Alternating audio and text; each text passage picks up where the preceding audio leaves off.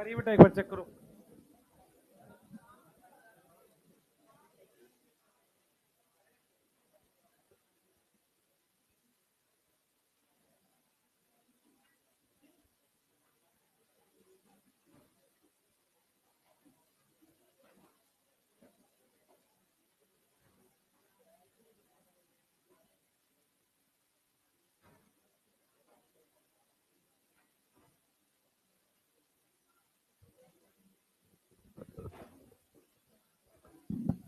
बैठ जाओ बेटा फटाफट से।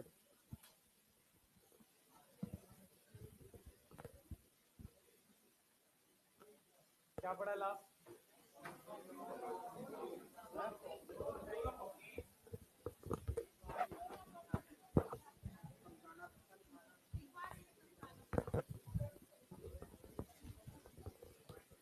पढ़े भाई?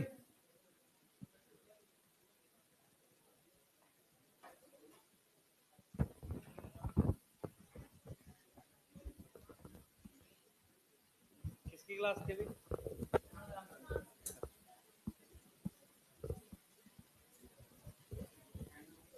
है टाइम पे छोड़ दिया? मेरे से कौन डरता है? चलो पढ़ रहे हैं बेटा, आज चलो स्टार्ट करेंगे। सुनो ध्यान से सब लोग बेटा, हम लोग प्लांट ग्रोथ डेवलपमेंट पढ़ रहे हैं, ठीक है। हमने इसके हार्मोन्स के रोल स्टार्ट किए थे, ठीक। सबसे पहले हमने ऑक्सिन के बारे में पढ़ा था, ठीक है। और हर एक रोल की एक्सप्लेनेशन लिखने चालू करते हैं, समझते हैं तो सबसे पहले, ठीक। बोर्ड पे ध्यान रखो ताकि चीजें समझ में आए। एक चीज और सुन लो ध्यान से बेटा, अगर आपको रोल समझ नहीं आएंगे तो ज्यादा देर तक याद नहीं रहेंगे, समझो इस बात को। अगर आप कोई चीज समझ के नहीं याद करोगे रोल्स में खासकर, तो आपको ज्यादा समय तक याद नहीं रहने वाले ये, आप भूल जाओगे सारे के सारे, ठीक है। तो सबसे पहले हमने जो फर्स्ट रोल लिखा था वो क्या लिखा था? हाँ भाई, सबसे पहले हमने लिखा है रूटिंग इन स्टेम कटिंग। अब यहां पर कुछ पॉइंट्स हैं जो आपके काम के हैं। हाँ, एक एक चीजें एक्सप्लेन करते हैं, एक्सप्लेनेशन इस स्लाइड पे लिखेंगे। बोर्ड पे ध्यान रखो, जो बच्चे पीछे बात कर रहे हैं, बेटा देखो सिलेबस भी है और आप पढ़ोगे नहीं तो कुछ नहीं होगा उससे। बातों पे ध्यान रखोगे तो नहीं फायदा होगा आपको। सुनो ध्यान से, हमारे पास, बोर्ड पे ध्यान दो इधर, हमारे पास क्या होता है? सबसे पहले तो स्टेम कटिंग क्या होता है? कुछ ऐसे प्लांट्स होते हैं जिनकी आप स्टेम काट के नया प्लांट बना सकते हैं, सही है। कुछ ऐसे प्लांट्स होते हैं जिनकी स्टेम से आप नया प्लांट बना सकते हो। उसके लिए कोई कंडीशन चाहिए होती है क्या? क्या कंडीशन चाहिए नया प्लांट बनाने के लिए किसी भी प्लांट के स्टेम से? जल्दी बताओ। क्या सभी प्लांट की स्टेम काटी जा सकती है? नहीं, कुछ नियम होते हैं उसके, कि नॉर्मली प्लांट की वो स्टेम 1 साल पुरानी हो, क्योंकि अगर वो 1 साल पुरानी स्टेम है तो उसमें कैम्बियम बन गई होगी। मैं जो बोल रहा हूं ध्यान से सुनो। हमारे पास हम स्टेम कटिंग क्यों करते हैं? क्योंकि हम चाहते हैं कि नया प्लांट बना लें स्टेम से, ठीक है। नया प्लांट बनाने के उस प्रोसेस को कहते हैं वेजिटेटिव प्रोपगेशन। क्या बोलते हैं? Vegetative propagation. ये समझ में आ रहा है? ठीक है। वेजिटेटिव प्रोपगेशन जो है एक नेचुरल होता है या आर्टिफिशियल होता है? ये आर्टिफिशियल है, ठीक है। स्टेम कटिंग किन प्लांट्स की जाती है? पहला, जिनके पास कैम्बियम होती है स्टेम में और आसानी से रूट्स बन सकते हैं, जैसे आप रोज में कर सकते हो, आप गुआवा में कर सकते हो, मैंगो में कर सकते हो। ये चीज समझ में आ रही है? इनमें आप कर सकते हो। तो आप क्या कर रहे होते हो नॉर्मली? स्टेम कटिंग करने के लिए आपको जो स्टेम चाहिए रोज की वो 1 साल पुरानी होनी चाहिए। ऐसा नहीं कि आप कोई बहुत पतली स्टेम या कुछ भी उठा के काट दोगे तो उसमें रूट आ जाएगी, प्लांट बन जाएगा, नहीं, ठीक है। तो होता यह है कि स्टेम कटिंग की जब हम बात कर रहे होते हैं तो हमारे पास इस तरीके से स्टेम होती है रोज की, ठीक है। उस स्टेम में हम क्या कैसे काम करते हैं इसको, वो स्टेम 1 साल पुरानी हो कम से कम, उस स्टेम पर हम ऑक्सिन का पाउडर आता है उसको अप्लाई कर देते हैं। तो जो ऑक्सिन जो होता है उसको इसके ऊपर ऐसे अप्लाई कर देते हैं, ठीक है। उसके बाद इसमें रूट बन जाती है। अब ये जो रूट बनती है, सबसे इंपॉर्टेंट ये है कि किस तरह की रूट है। टैप रूट है, फाइब्रस है, एडवेंटिशियस है। इसको हम बोलते हैं एडवेंटिशियस रूट। क्या डेफिनेशन होती है एडवेंटिशियस रूट की, किसी को याद है? Other than radical. तो हमारे पास एडवेंटिशियस रूट बन जाती है किसमें, ऑक्सिन की स्टेम पर, ठीक है। इसको हमने बोला है रूटिंग इन स्टेम कटिंग, ठीक। यहां पर पॉइंट जो आपको ध्यान रखना है कि रूट एडवेंटिशियस बनी है, ये हेल्प करता है किसमें, हेल्पफुल है फ्लोरल इंडस्ट्री में, फ्लावर की इंडस्ट्री। फ्लावर की जो इंडस्ट्री होती है उसको हम नाम देते हैं हॉर्टिकल्चर, है ना। उसको हम क्या बोलते हैं, हॉर्टिकल्चर बोलते हैं, सही है। एग्रीकल्चर हॉर्टिकल्चर अलग अलग है। एग्रीकल्चर का मतलब है नॉर्मल एग्रीकल्चर, जिसमें आप फूड क्रॉप उगाते हो और भी चीजें उगाते हो। लेकिन जो फ्लावर इंडस्ट्री होती है उसको एक अलग नाम देते हैं, उसको हम कहते हैं हॉर्टिकल्चर। तो क्योंकि रोज जो है फ्लावर इंडस्ट्री का पार्ट है, तो उसने क्या क्या लिखा है एनसीईआरटी ने, एनसीईआरटी ने लिखा है रूटिंग इन स्टेम कटिंग। तो सबसे पहले आप दिमाग में ये बिठाओ, ये जो रूट है वो एडवेंटिशियस रूट है। कौन सी रूट है, एडवेंटिशियस रूट है। एडवेंटिशियस रूट क्या होती है, other than radical.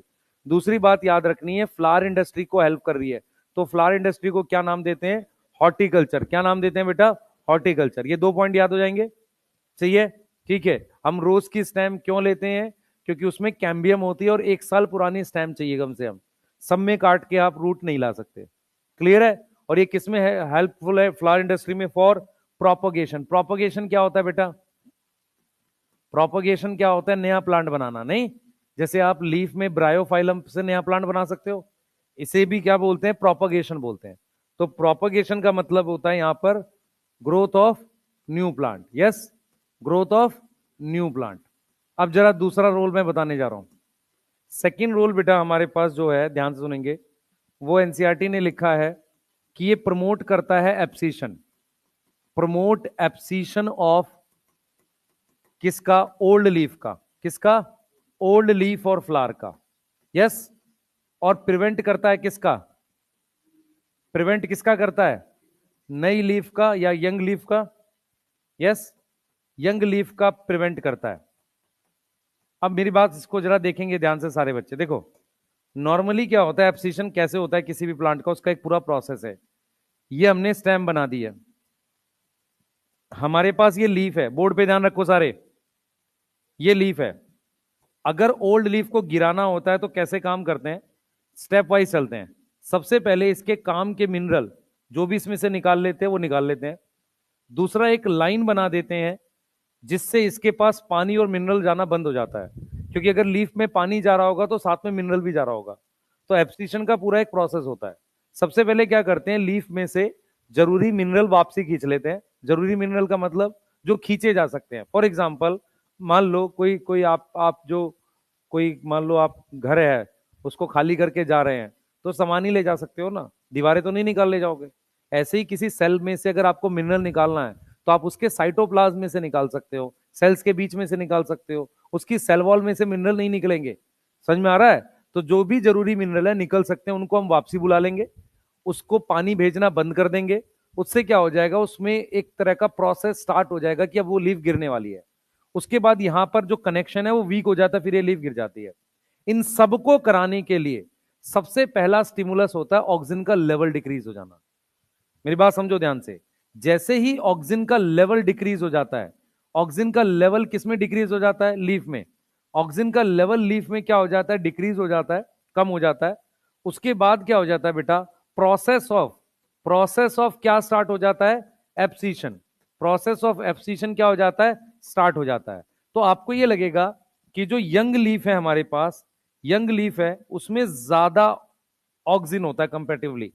Young leaf में ये ऑक्सीजन है मान लो, तो ऑक्सीजन का लेवल कंपेरेटिवली हाई होता है, किसके कंपैरिजन में, ओल्ड लीफ के कंपैरिजन में।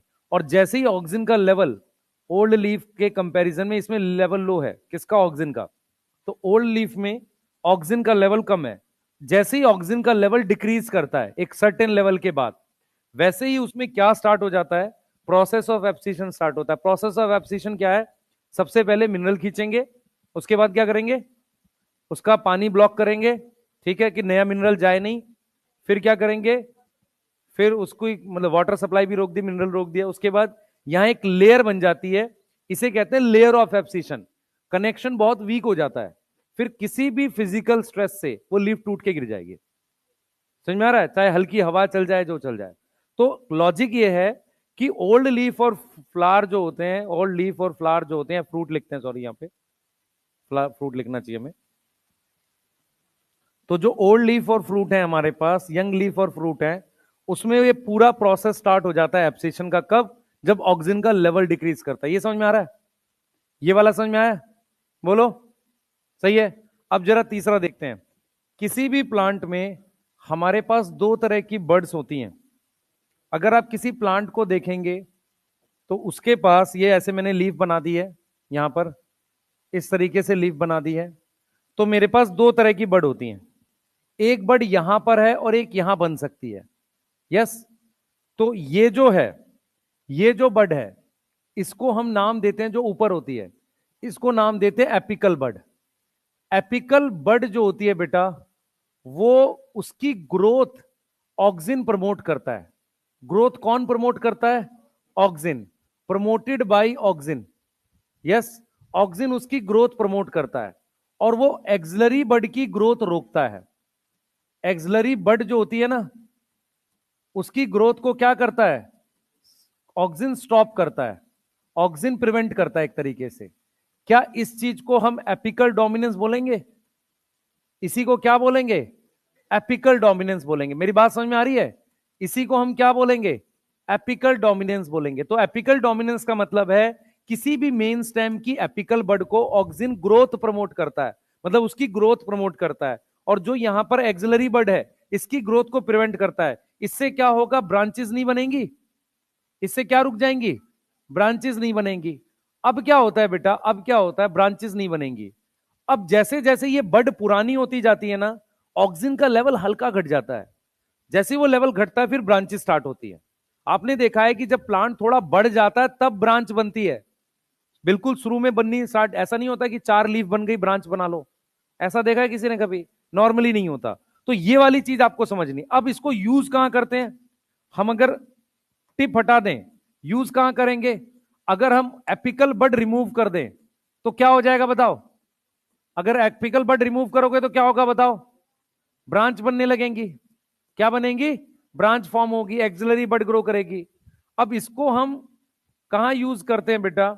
यूज करेंगे कहां पर? हम एपिकल यूज करेंगे टी प्लांटेशन में। टी प्लांटेशन क्या होती है? आप सुने ध्यान से बेटा, आपको बताता हूं मैं कि हमारे पास क्या होता है। कुछ स्टेट्स हैं, केरला हो गया या असम वगैरह हो गया, वहां पर क्या करते हैं, टी की प्लांटेशन होती है। प्लांटेशन शब्द का मतलब है कि हमने बहुत बड़े एरिया में कोई पर्टिकुलर टाइप का प्लांट लगा दिया है। मेरी बात समझ में आ रही है? तो वहां पे सिर्फ टी के प्लांट लगे हुए हैं। टी की प्लांटेशन 70-80 साल, 50 साल, 100 साल तक रहती है। मतलब एक बार लगा दिया तो उतने साल तक वो रहती है। उसमें क्या होता है कि हर साल नई लीफ आती है, आप लीफ तोड़ो और उसको बेच दो। ठीक है, यही काम कर रहे हैं। तो लीफ आने के लिए ज्यादा इंपॉर्टेंट चीज होती है कि आप उनकी ब्रांचेस लाओ, क्योंकि जितनी ज्यादा ब्रांचेस होंगी उनसे दो फायदे होंगे। पहला, ज्यादा ब्रांच ज्यादा लीफ। दूसरा, अगर प्लांट ऊपर ग्रो कर जाएगा तो उस पर चढ़ के थोड़ी लीफ तोड़ेंगे। लीफ तो उनको तोड़ के ऐसे पीछे डालनी होती है। मेरी बात समझ में आ रही है? फिजिकल लेबर इन्वॉल्व है उसमें। तो लीफ को प्लग करने के लिए हमें नीचे ब्रांचेस ज्यादा चाहिए। तो हम क्या करते हैं? कुछ नहीं करते, वो एक कुछ टाइम के बाद हर सीजन में उसकी वो ऊपर की टिप काट देते रहते हैं, तो नीचे वो फैलते रहते हैं। सही है। ऐसा ही हम यूज करते हैं इसको टी प्लांटेशन और हेज मेकिंग। हेज का मतलब होता है, आपने देखा है पार्क वगैरह में, वो क्या करते हैं, एक बड़ी सी कैंची लेकर वो काटते रहते हैं उसकी टिप। टिप काटने से वो नीचे फैल जाता है प्लांट। समझ में आ रहा है? उसको क्या बोलते हैं? Hedge making, tea plantation. अब ये क्या है, ध्यान सुनेंगे। ये रोल है, ये जो चीज है एपिकल डोमिनेंस, ये रोल है। और ये दोनों क्या है? ये एप्लीकेशंस है। एप्लीकेशन और रोल समझ में आ रहा है? अलग अलग बात होती है। एप्लीकेशन होता है कि मैंने उस रोल को कहीं यूज कर दिया। रोल क्या है? Apical dominance. सही है। अब मुझे एक चीज बताओ कि अगर ब्रांच बन रही है तो एपिकल डोमिनेंस हाई है कि लो है? लो है। समझ में आ रहा है? इस तरह के क्वेश्चन गलत मत करके आना। ठीक है। एपिकल डोमिनेंस का मतलब कौन सी बर्ड प्रमोट हो रही है? Apical bud. कौन सी बर्ड रोक रहे हैं? एक्सिलरी बर्ड रोक रहे हैं। सही है। क्या नहीं बन पा रही? ब्रांच नहीं बन पा रही। तो अगर एपिकल डोमिनेंस होगा तो एक्सिलरी बर्ड ग्रो करेगी नहीं, ब्रांच ग्रो करेगी नहीं। समझ में आ रहा है? ये क्लियर है? बोलो, यहां तक समझ में आ रहा है? और जैसे ही मैं टिप रिमूव करूंगा तो क्या होगा? एक्सिलरी बर्ड ग्रो करेगी। यस। ये डायग्राम दे रखा है तुम्हारी एनसीईआरटी ने। ये डायग्राम है इसको सपोर्ट करने के लिए। अगर आप ध्यान से देखो, यहां पर बहुत छोटा छोटा बर्ड जैसा कुछ दिख रहा है, जैसे इसने टिप को हटा दिया, ये ब्रांचेस बनने लग गई। दिख रहा है आपको डायग्राम? और ये देखो, ये एपिकल बड है, ये एपिकल बड बना रखी है डायग्राम इसने डिटेल में। ये लीफ जैसा स्ट्रक्चर है जो हम बताते थे ऐसे। देखो ये ऊपर डिवाइडिंग सेल्स हो गए, ये बाद में ये ऐसा स्ट्रक्चर बनता है, ये बाद में लीफ बनती है, ये दोनों। क्लियर है? तो लीफ जैसा स्ट्रक्चर, डिवाइडिंग सेल, इसको बड बोलते हैं। इसको क्या बोलते हैं? बड। बड दो तरह की होती है, एक एपिकल, एक्सिलरी। ये देखो एक्सिलरी बड ने ग्रो करके ब्रांच बनानी शुरू कर दी। हमने क्या तोड़ दिया? देखो एक ब्रांच यहां, टिप तोड़ने से एक ब्रांच यहां बढ़ गई। देखो ये दिख रहा है सबको? ये अब ये मेन ब्रांच हो जाएगी, यहीं से इसकी टिप ग्रो करने लगेगी। क्लियर है? बनाओ जल्दी से, जल्दी बनाओ ये वाला, जल्दी करेंगे फास्ट।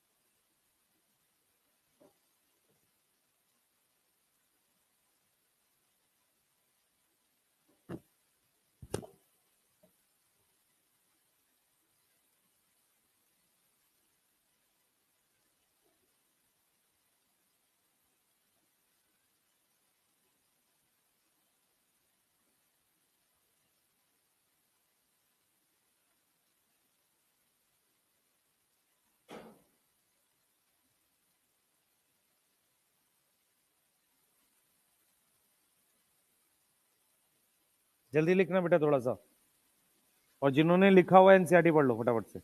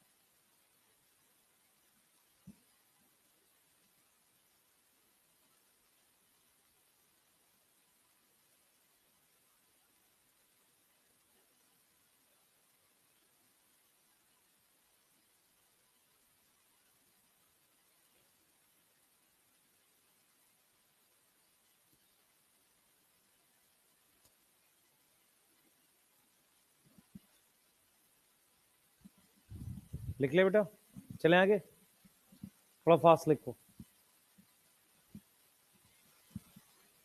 अभी हमने 3 रोल एक्सप्लेन करे, फोर्थ रोल का कोई एक्सप्लेनेशन नहीं है, फ्लावरिंग इन पाइनएप्पल।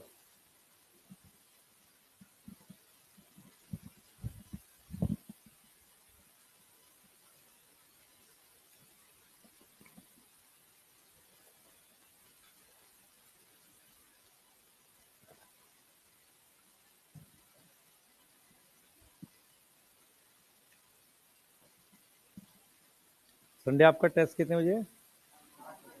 8 से 11:20।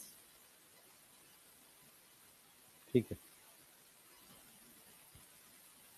और वो वाला 8 तारीख को हो गया शिफ्ट। ठीक है बेटा, उसका पेपर जो रहेगा ना, बॉटनी, जूलॉजी का, फिजिक्स, केमिस्ट्री का, हम लोग ट्राई करते हैं हम लोग बना दे, ताकि आपको नए क्वेश्चन मिल जाएंगे। और थोड़ा सा आप लोग को ये रहेगा कि इसमें कितना स्कोर आ रहा है, उससे आपको आइडिया रहेगा कि नीट में क्या होने वाला है। ठीक है, तो थोड़ा सीरियस लेना इस टेस्ट को। ठीक है, जो स्कोर आएगा आपका, उससे आपको आइडिया रहेगा। अभी तो नहीं बना रहा था मैं पेपर, आपको क्वेश्चन से आइडिया लग रहा होगा, है ना? तो ये वाला जो पेपर रहेगा 8 तारीख वाला, 24 की बात नहीं कर रहा हूँ मैं, वो तो बन चुका ऑलरेडी, 8 वाले की बात कर रहा हूँ। ठीक है, ताकि आपको ये रहे कि हाँ, पेपर से समझ में आ जाएगा कि क्या लेवल है क्या नहीं है। ठीक है, रिवाइज करके आना।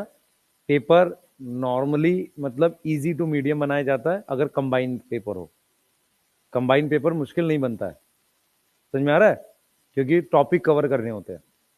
तो पेपर नॉर्मल आएगा, आप पढ़ के आओ प्रॉपर तरीके से, प्रिपेयर कर लो, अब सारे फॉर्मूले रिवाइज कर लो, जो भी चीजें हैं आपकी, ठीक है ना। अभी टाइम है 8 तारीख में, आज 10 दिन है, 10 दिन से ज्यादा टाइम है आपके पास, सही है ना। कोशिश करो उतना सिलेबस करके आओ। बॉटनी में रेस्पिरेशन तक आ रहा है? और उसमें जूलॉजी में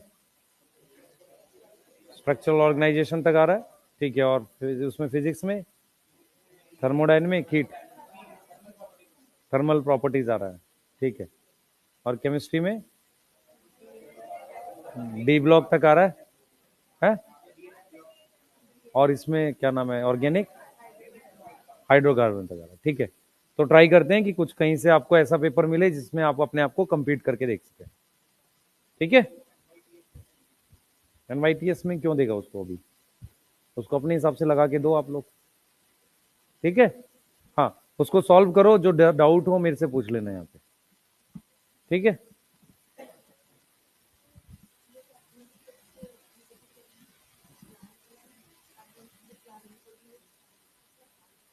पेपर तो हार्ड ही बनाऊंगा मैं, चैप्टर वाइज।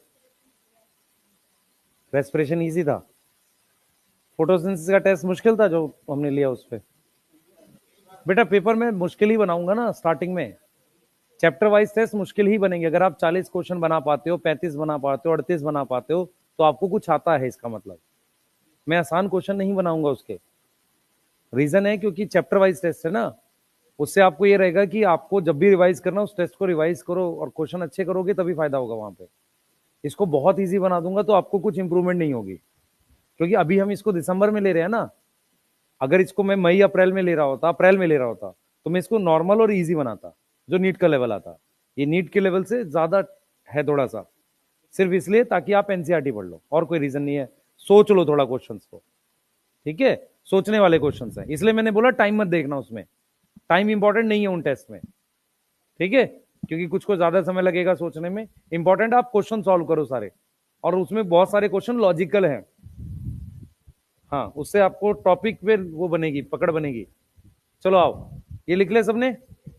हमने और क्या रोल बताया था, हमने पाइनएप्पल वाला छोड़ते हैं, उसमें कुछ नहीं है। अब आते हैं पार्थेनोकार्पी पे, ध्यान से सुनेंगे सारे बच्चे।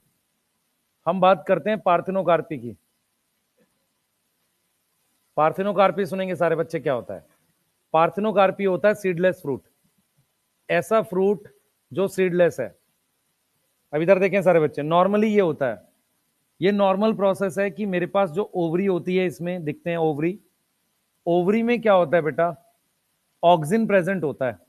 क्या प्रेजेंट होता है, ऑक्सिन प्रेजेंट होता है। जब फर्टिलाइजेशन होती है ना, तो फर्टिलाइजेशन एक सिग्नल देती है। Fertilization act as signal. किस तरह का सिग्नल काम करता है कि ऑक्सिन का लेवल इंक्रीज हो जाता है, और जैसे ही ऑक्सिन का लेवल इंक्रीज होता है, ओवरी कन्वर्ट हो जाती है फ्रूट में। ओवरी क्या बना देती है, फ्रूट में डेवलप हो जाती है, फ्रूट डेवलप हो जाता है। इसका मतलब यह हुआ कि हमें यह बात समझ में आ गई कि ओवरी के अंदर यदि मैं ऑक्सिन का लेवल बढ़ा दूं तो फ्रूट बन जाएगा। क्या हुआ, अब ठीक है। हाँ, मैं ये कह रहा हूं बेटा आपको कि ओवरी जो है उसमें ऑक्सिन प्रेजेंट है। ऑक्सिन क्या है, कल स्तर लेवल बढ़ जाता है जब फर्टिलाइजेशन होती है। फर्टिलाइजेशन ऑक्सिन का क्या बढ़ा देता है, लेवल बढ़ा देता है। और वो किस में डेवलप कर जाता है, फ्रूट में।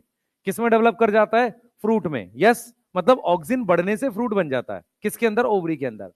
तो हमारे पास कुछ ऐसी वैरायटी है प्लांट की जिसमें नेचुरली ऑक्सिन का लेवल बिना फर्टिलाइजेशन के बढ़ सकता है, सही है। और हम जेनेटिक इंजीनियरिंग से भी ऐसा काम कर सकते हैं, समझ में आ रहा है। तो पार्थिनोकार्पी क्या है, सीडलेस फ्रूट। तो हम अगर समहाउ, अगर हम क्या करें बेटा, ऑक्सिन स्प्रे कर दें, ऑक्सिन को स्प्रे कर दें, उससे क्या होगा बच्चे, ओवरी किस में कन्वर्ट हो जाएगी, डेवलप हो जाएगी, किस में, फ्रूट में। ये हम बाहर से कर रहे हैं, ठीक है। विदाउट फर्टिलाइजेशन फ्रूट में डेवलप हो जाएगी, क्लियर। तो ये चीज है जिसे हम कहते हैं पार्थेनोकार्पी। और एनसीईआरटी ने लिखा है ऐसा हम टमाटर में कर सकते हैं, ऐसा और भी उसमें कर सकते हैं। जैसे हम लोग कर सकते हैं, सीडलेस कुकुम्बर आता है, एक कुकुम्बर आता है जो सीडलेस होता है, उसमें हम कर सकते हैं, सही है। तो पार्थेनोकार्पी क्या होता है बेटा? कुछ ऐसी वैरायटी, आप में से कितने लोगों ने वो देखा है घिए का फ्लावर?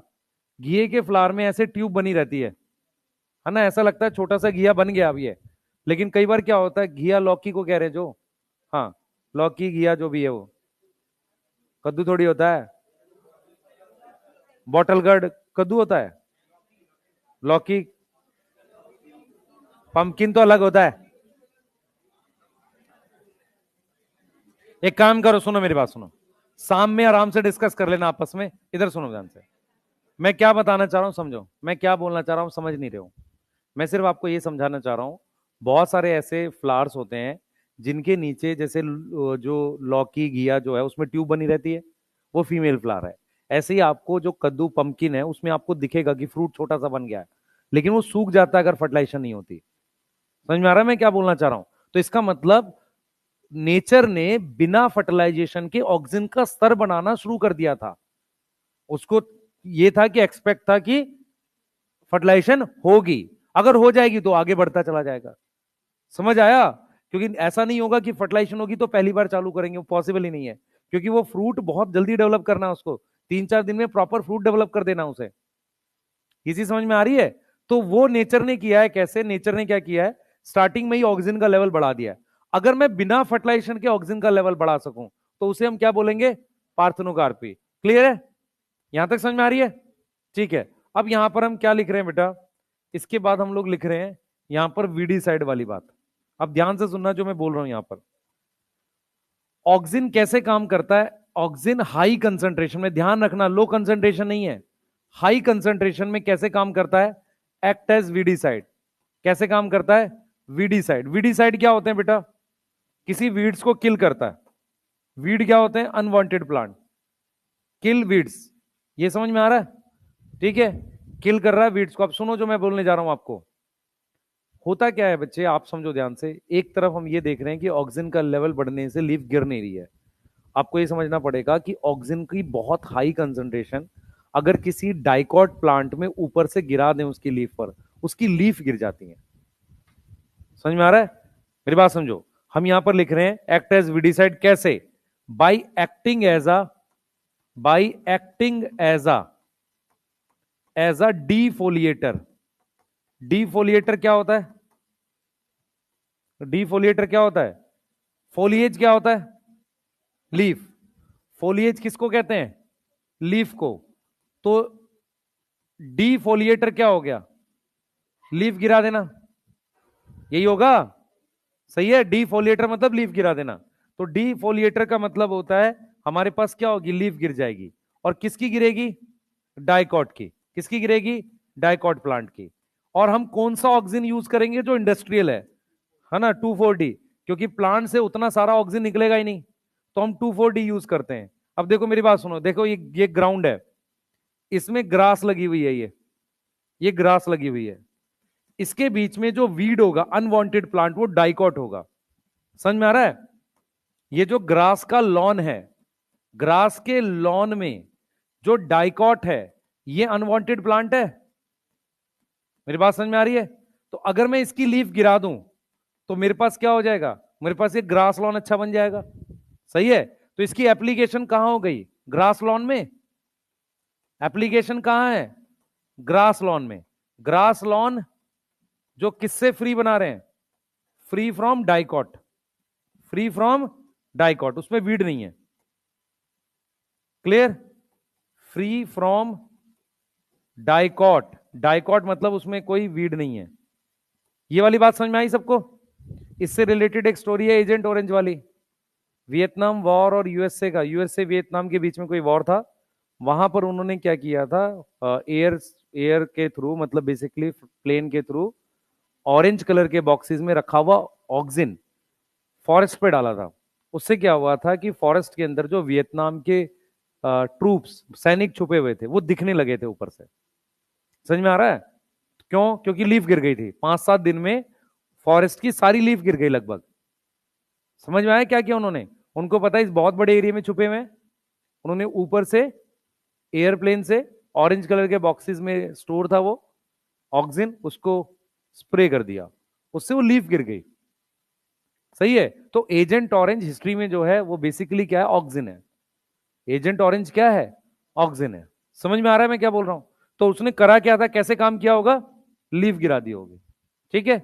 उसके चक्कर में कुछ बहुत सारी नींबू की ऐसी वैरायटीज थी जो उसी फॉरेस्ट में मिलती थी, वो एक्सटिंक्ट हो गई, क्योंकि कुछ ऐसी स्पीशीज तो होती है ना जो उसी फॉरेस्ट में मिलेंगी, वो भी खत्म हो गई पूरी तरीके से। ठीक है, क्लियर है। ये लिख लो जल्दी से, जल्दी करो बेटा, जल्दी जल्दी जल्दी।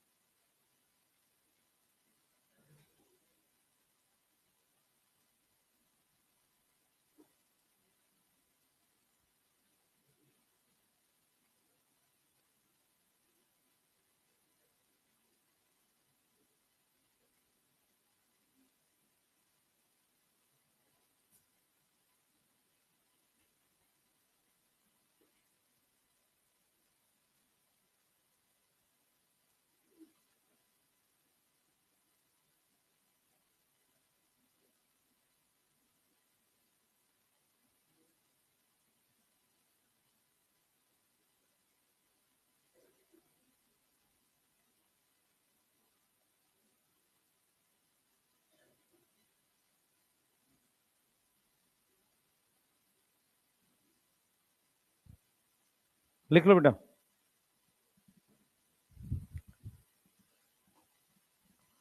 लिखो जल्दी से।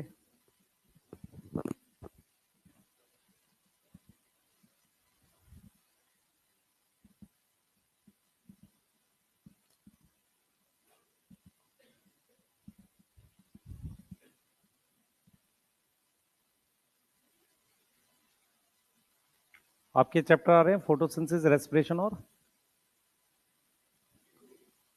नहीं, इस बार तो रेस्पिरेशन आ रहा है 8 वाले में,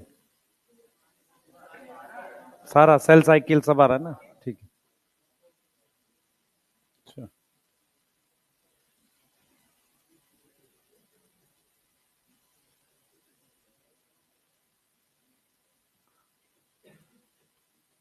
लिख लिया बेटा। बस भाई एक बार एनसीईआरटी पढ़ लो, कोई लाइन पूछना पूछ लो। छोटी छोटे वर्ड्स होते हैं आपको आते नहीं है, आपकी इंग्लिश इतनी मजबूत है कि कुछ चीजें आती नहीं है आपको, पूछ लिया करो।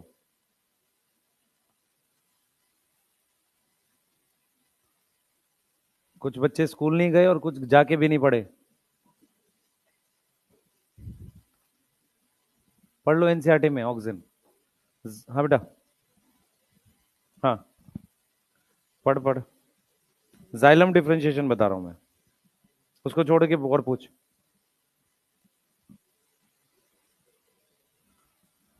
पूछो बेटा।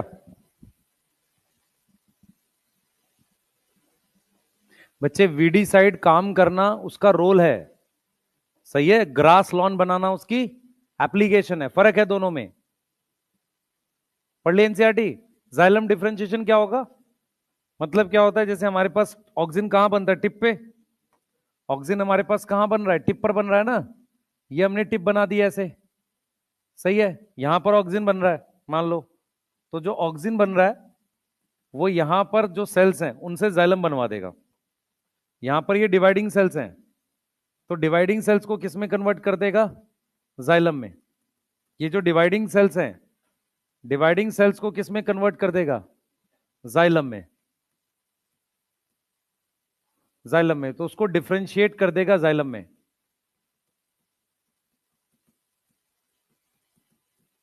ये काम है एक, ठीक है। ये अलग रोल है बेटा। टोटल 7 रोल पढ़े हैं हमने, किसी को याद हो गए सातों, कौन सुना रहा है। हाँ भाई, उसमें से याद कर लो वो गोला बनाया था जो, अभी याद कर लो, हो जाएगा। याद हो गए? नहीं सुनाएगा? कर याद जल्दी, बाद में घर पे नहीं टाइम मिलने का तुम्हें। हम्म। पता नहीं, नहीं पता, सच में नहीं पता। नहीं, मैंने पता ही नहीं किया कभी। है? नहीं समझ नहीं रहा है। एक्चुअल में क्या है कि बुक्स में कुछ चीजें मिली, कुछ मिली नहीं, और फिर मुझे लगा कि उसकी कोई नीड नहीं है पता करने की, है ना। नहीं आएगा एग्जाम में, ये नहीं आएगा कि डाइकोट क्यों गिराता है। बेटा सारा क्यों पता करूंगा, मैं उतना ही पता करूंगा जो एग्जाम में आएगा, है ना। और तुम्हें पढ़ाने के लिए तुमसे थोड़ा ज्यादा आना चाहिए, बाकी सब आए कोई जरूरी नहीं है ना। यही यही रूल है। जब हम लोग कोई नए टीचर जाते हैं ना पढ़ाने, डर रहे होते हैं, तो उनको यही समझाना पड़ता है, वो सामने वाले को भी कुछ नहीं आता। हाँ, जो बच्चे बैठे उनको भी कुछ आता ही नहीं है। पढ़ाना इसलिए सबसे आसान काम है। ठीक है। हाँ, सब लोग पढ़ा सकते हैं।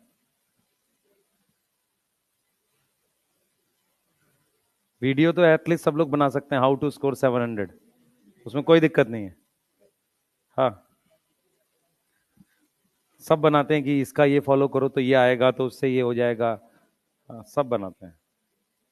वीटी सर कहाँ बना रहे वीडियो अब? रोज बनाते हैं। वो बैठ के वीडियो बनाते हैं, उसकी बात कर रहे हो? इंस्टाग्राम पे? कुछ और दिशा में जा रहे हैं सर। हाँ, हाँ।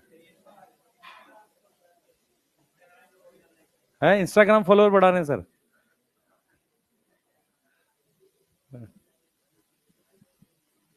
ब्लूटिक हो गया सर का? ब्लूटिक तो पैसे में होता है, 600 रुपये लगते हैं एक दिन के, एक महीने के। फ्री में थोड़ी होता है। वो चला के उन्होंने पैसे लगा दिए उस पर अब, सर ने। Social media manager? हद हो गई यार, हमें तो बताई नहीं बात। मेरा मैनेजर है कोई?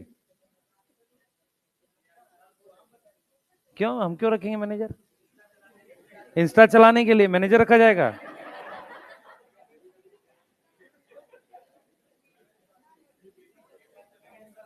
है? मेरा मैनेजर कहां से आएगा भाई? तूने शायरी देखी मेरे वाले पे कोई? मैनेजर का काम है शायरी डालना। हाँ, कोई मोटिवेशन नहीं, सिर्फ मैनेजर का काम है सुबह शाम शायरी डालना। हाँ, सारी शायरी लिख लिख के ना, हमें तो ये नहीं समझ आता बच्चों को शायरी से कैसे मोटिवेशन होता है ना। हाँ, चलो कोई नहीं, हो जाता है, चलो पढ़ेंगे। अरे कुछ नहीं होता किसी से, सिलेबस पढ़ोगे नहीं कुछ नहीं होगा।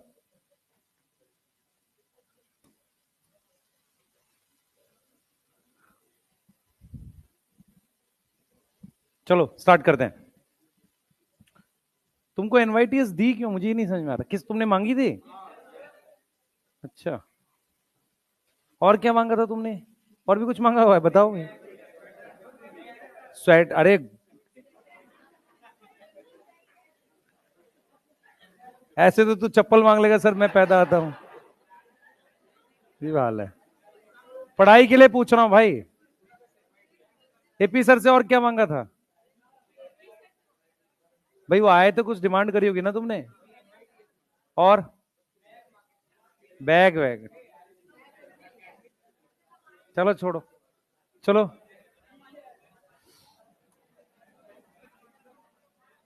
चलो भाई सुनो ध्यान से, पढ़ते हैं। कहानी सुनाई उन्होंने? ठीक है, मैं भी सुनाऊंगा बाद में। इधर लो, इधर पढ़ेंगे बेटा, ध्यान सुनेंगे। सुनो सुनो, इधर ध्यान दो, ध्यान सुनेंगे। अच्छा देखो, जिबरलिक एसिड जो है, उसमें हम लोग डिस्कवरी का पढ़ रहे हैं, ठीक है ना। तो इसमें सबसे पहले किस क्या है कैसे है थोड़ा सुन लो ध्यान से, ताकि आप चीजें रिलेट कर सको। देखो, सारी डिस्कवरी एक्सीडेंटल है। पहली वाली वो लोग किस पे काम कर रहे थे? फोटोट्रॉपिज्म पे, ठीक है, फोटोट्रॉपिज्म पे काम कर रहे थे, ठीक है। अब सुनो, ध्यान से सुनो, जिबरलिक एसिड के लिए सुनो। जिबरलिक एसिड में क्या है बच्चे, वो साइंटिस्ट का नाम है ई क्यूरोसावा, इसमें ईयर लिखा हुआ है 1926। अब मेरी बात समझना ध्यान से, ऑक्सिन उससे पहले डिस्कवर हुआ था, ऑक्सिन 1800 कुछ में डिस्कवर हुआ है। आपको कैसे पता चलेगा, जब 1859 में डार्विन ने काम किया है बुक का, तो ऐसा नहीं होगा कि वो 100 साल बाद कुछ किया होगा, इतना तो जिंदा भी नहीं रह सकता आदमी। तो उसने 20-30 साल के बाद वो फोटोट्रॉपिज्म पे काम कर रहे थे। इसका मतलब 1880 1875 के आसपास ऑक्सिन डिस्कवर हुआ है, 1926 के आसपास हमने क्या लिखा हुआ है, जिबरलिक एसिड, ठीक है। ये चीज समझ में आ रही है, पहला बात तो ये हो गया। अब साइंटिस्ट का नाम है, एक जापानीज साइंटिस्ट है, 1926 के अराउंड की बात हम लिख रहे हैं, ठीक है। एक जापानीज साइंटिस्ट है, 1926 के आसपास, ई क्यूरोसावा नाम है, ठीक है। ई क्यूरोसावा जो थे, एक वहां आइलैंड्स होते हैं जापान में छोटे छोटे, तो वहां पर एक वो राइस प्लांट की डिजीज पढ़ रहे थे। उस डिजीज को स्टडी करते वक्त उन्हें एक अजीब सी चीज मिली कि राइस प्लांट जिनमें डिजीज थी उनकी लेंथ नॉर्मल प्लांट से ज्यादा थी, सही है। उनको वो सिम्टम थोड़ा सा लगा कि यार ये तो फायदे की चीज हो सकती है। उन्होंने क्या किया, उस इन्फेक्टेड प्लांट में से स्टीराइल फिल्ट्रेट निकाला। अब ये वर्ड का एक्चुअल मीनिंग क्या है, स्टीराइल का मतलब होता है कि उसमें फंगस नहीं होगा, ऐसा एक केमिकल निकाला, और उसको जब किसी नॉर्मल प्लांट पे लगाया तो उसकी भी हाइट बढ़ गई विदाउट एनी सिम्टम, उसमें कोई डिजीज नहीं हुई पर उसकी हाइट बढ़ गई। तो उनको लगा कि एक एक्टिव केमिकल है, मतलब उस फंगस कोई केमिकल बना रहा है जिसको हम दूसरे प्लांट्स पे क्या कर सकते हैं, यूज कर सकते हैं। 1926 फर्स्ट वर्ल्ड वॉर के बाद की बात है, सेकेंड वर्ल्ड वॉर 1939 के आसपास चालू हो गया था, ठीक है। और जापान वगैरह की बहुत अच्छी स्थिति नहीं थी उसमें, बाद में जाकर खराब स्थिति हुई काफी। पॉइंट क्या है, मैं ये क्यों बोल रहा हूं, इसलिए उन्होंने जो केमिकल डिस्कवर किया था, वैसे ही केमिकल 1950 के आसपास यूके के कुछ साइंटिस्ट ने डिस्कवर किए, और उनको एक नंबर दे दिया GA 1 2 3 4 5, सही है। जब उन्होंने नंबर दे दिया और बाद में देखा कि ई क्यूरोसावा वाला केमिकल कौन सा था, तो उन्हें पता चला कि ये जो GA 3 हमने नंबर दिया है ना, ये वो केमिकल था जो क्यूरोसावा ने 1926 में डिस्कवर किया था। इसीलिए फर्स्ट डिस्कवर्ड जिबरलिन GA 3 है, GA 1 नहीं है। किसी को समझ में आ रहा है मैं क्या बोल रहा हूं, मेरी बात समझो। क्योंकि जापान उस वक्त डाउन था, उसकी कोई बात ही नहीं सुनेगा, उसने क्या कर रखा है कोई मतलब ही नहीं हमें। तो यूके के साइंटिस्ट ने जब दोबारा वो केमिकल डिस्कवर किए, ठीक है, और उन्होंने देखा कि प्लांट में ऐसे बहुत सारे मिलते हैं, उन्होंने नंबर दे दिया उन्हें, GA 1 से लेके GA 105, और हर प्लांट में 5-10 मिलते ही है GA, जिबर्लिक एसिड, अलग अलग टाइप के, काम सेम है, समझ में आया। तो उन्होंने उनको नंबर दे दिया GA 1 GA 2 GA 3। वो GA 3 था जिसका स्ट्रक्चर किससे मैच करता था, जो ई क्यूरोसावा ने डिस्कवर किया। इसलिए फर्स्ट डिस्कवर्ड जिबरलिन कौन सा है, GA 3, सही है। अच्छा, GA 3 मिला किस में था, फंगस में, बाद में वो प्लांट में भी मिला। तो इसलिए सोर्स ऑफ जिबरलिक एसिड दो है, एक है फंजाई और दूसरा हाइयर प्लांट्स, मतलब जिम्नो एनजीओ। हाइयर प्लांट्स क्या, जिम्नो एनजीओ, क्योंकि हम एक रोल पढ़ेंगे कि जीए का जिम्नो में भी रोल है, सही है, वो उसका हो गया सोर्स। दूसरा, जीए जो है वो टारपीन का बनता है, टारपीन में 10 कार्बन होती है। जब भी मैं कोई कार्बन की चेन बनाता हूं या कंपाउंड बनाता हूं, उसकी बैकबोन एसिटाइल कोए होती है। दो दो कार्बन वाला कंपाउंड जोड़ जोड़ के 10 कार्बन बना सकते हैं। तो एसिटाइल कोए से बनता है टारपीन, और टारपीन से क्या बनता है, जिबरलिक एसिड। समझ में आ रहा है, बोलो।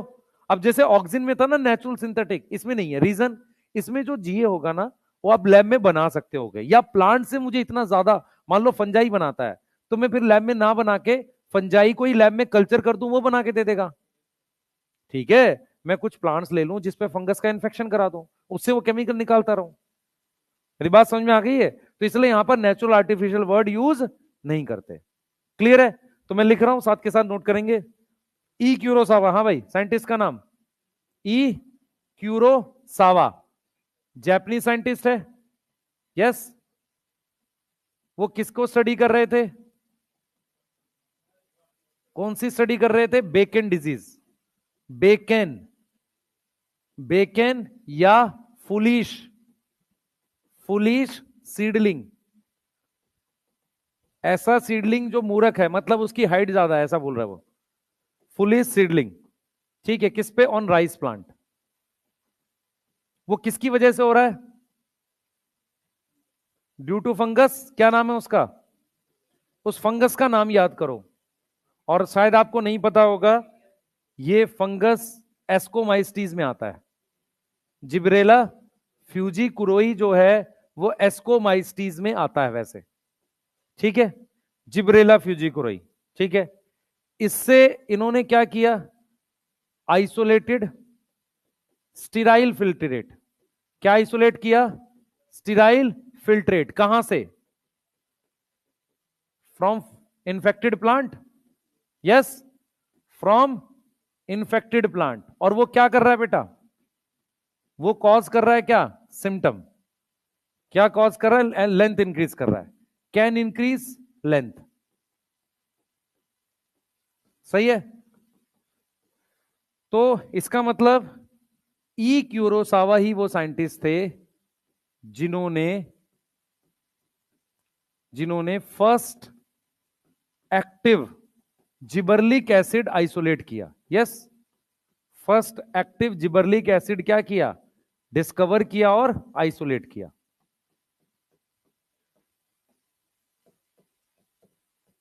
उसके बाद हमारे पास किस नाम से आ गए? लेटर हमारे पास और जिबरलिन कौन से हैं?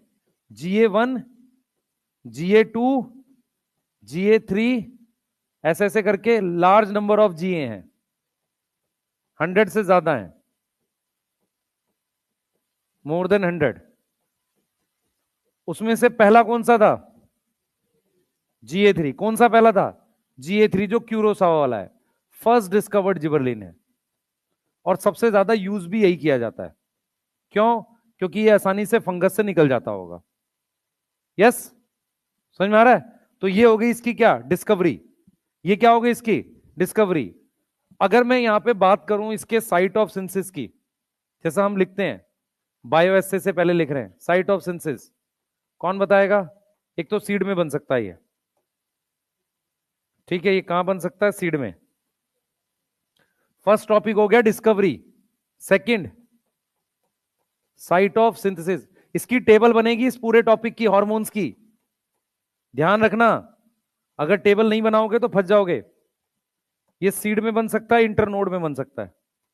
सीड में, इंटरनोड में। और किस में बनता है? जिम्नोस सॉरी हायर प्लांट। और क्या है? Fungi and some fungi.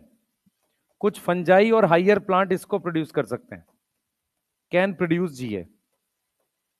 सही है? क्लियर? यस।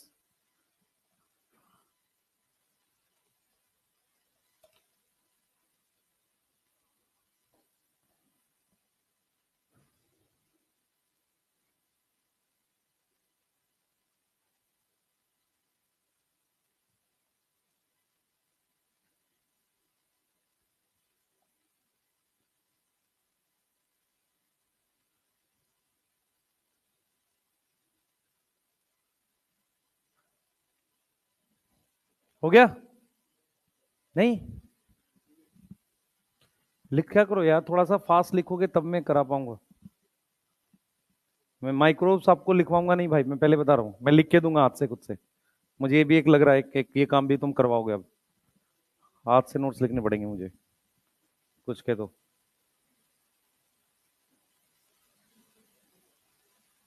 हाँ, वो जो है ना हैंड रिटन नोट्स वाले कुछ बच्चे, दो काम और रह गए, एक शॉर्ट नोट बनाना है ना, और एक हैंड रिटन नोट्स बनाना। इस साल बना देंगे वो। हाँ।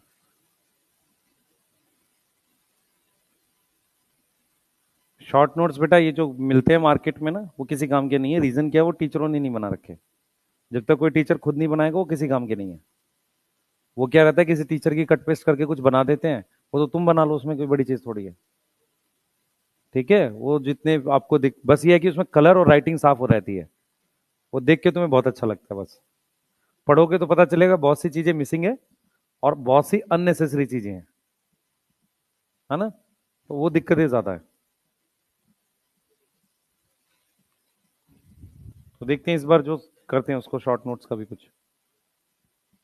बीएमआर मैंने टाइप किया था खुद से बेटा, पर उसमें भी सारे चैप्टर का बना नहीं है अभी, वो कुछ ही चैप्टर का है वो। लिख लिया सबने बेटा?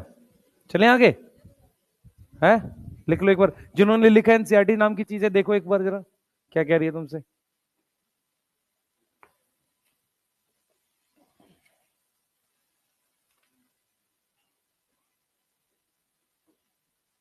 बताओ फिर पेपर बनवाओ 8 वाला, दोगे सीरियसली? थोड़ा सा नंबर कम आए उससे फर्क नहीं पड़ता, पर जितने चैप्टर करके आओ उसको सही दे के आओ है। बेटा मैं वो नहीं कह रहा हूँ, मेरी बात समझ नहीं रहा, मैं कह रहा हूँ आपने मान लो जितना सिलेबस है उसका 80% कर लिया, 60% कर लिया, उसके क्वेश्चन ठीक करके आओ, नहीं तो टेस्ट छोड़ना कोई ऑप्शन नहीं है ना, कि सिर्फ इसलिए छोड़ दिया कि नहीं क्वेश्चन कुछ रिपीट हो गए या हमें अच्छा नहीं लगता टेस्ट देना। टेस्ट देने की हैबिट डालो, यहां से अभी तक जो हुआ जाने दो, यहां से टेस्ट मत छोड़ो तो भी हो जाएगा, ठीक है। और जो पुराने टेस्ट हैं उसको दोबारा देके देना चाहिए, आपके पास जो ऑनलाइन पड़े हुए हैं ना उनको अटेम्प्ट कर सकते हो, ठीक है। ऑफलाइन तो नहीं होगा आपके पास पेपर, वो अब पेपर तो मार्क किया होगा ना आपने, जो बच्चों ने मार्क नहीं किया होगा उनकी बात कर रहा हूं, वो यूज कर सकते हैं उसको दोबारा। चलो आओ, ये हो गया, चले आगे देखिए बेटा, ये एनसीईआरटी पढ़ लो, चलो इस पे आते हैं। एनसीईआरटी देख लो भाई, स्टीराइल फिल्ट्रेट का मतलब समझ में आ रहा है यहाँ पे, ये वो पॉइंट है बच्चे, ठीक है। किसका स्टीराइल फिल्ट्रेट था? फंगस का, है ना। उससे जो एक्टिव सब्सटेंस मिला वो जिबरलिक एसिड है, 1926। अब आते हैं, बात करते हैं। जी सर।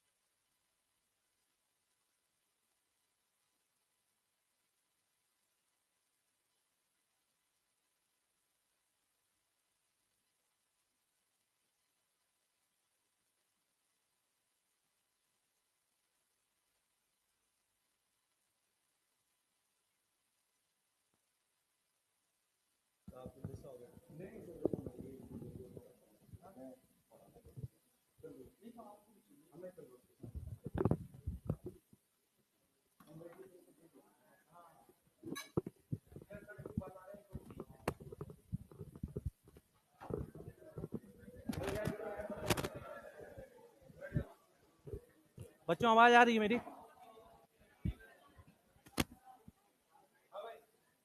हाँ शांत हो जाओ। सो बच्चों पहली बात तो सॉरी, मतलब आपकी क्लास बीच में डिस्टर्ब करनी पड़ी, कुछ ऐसी बातें थी।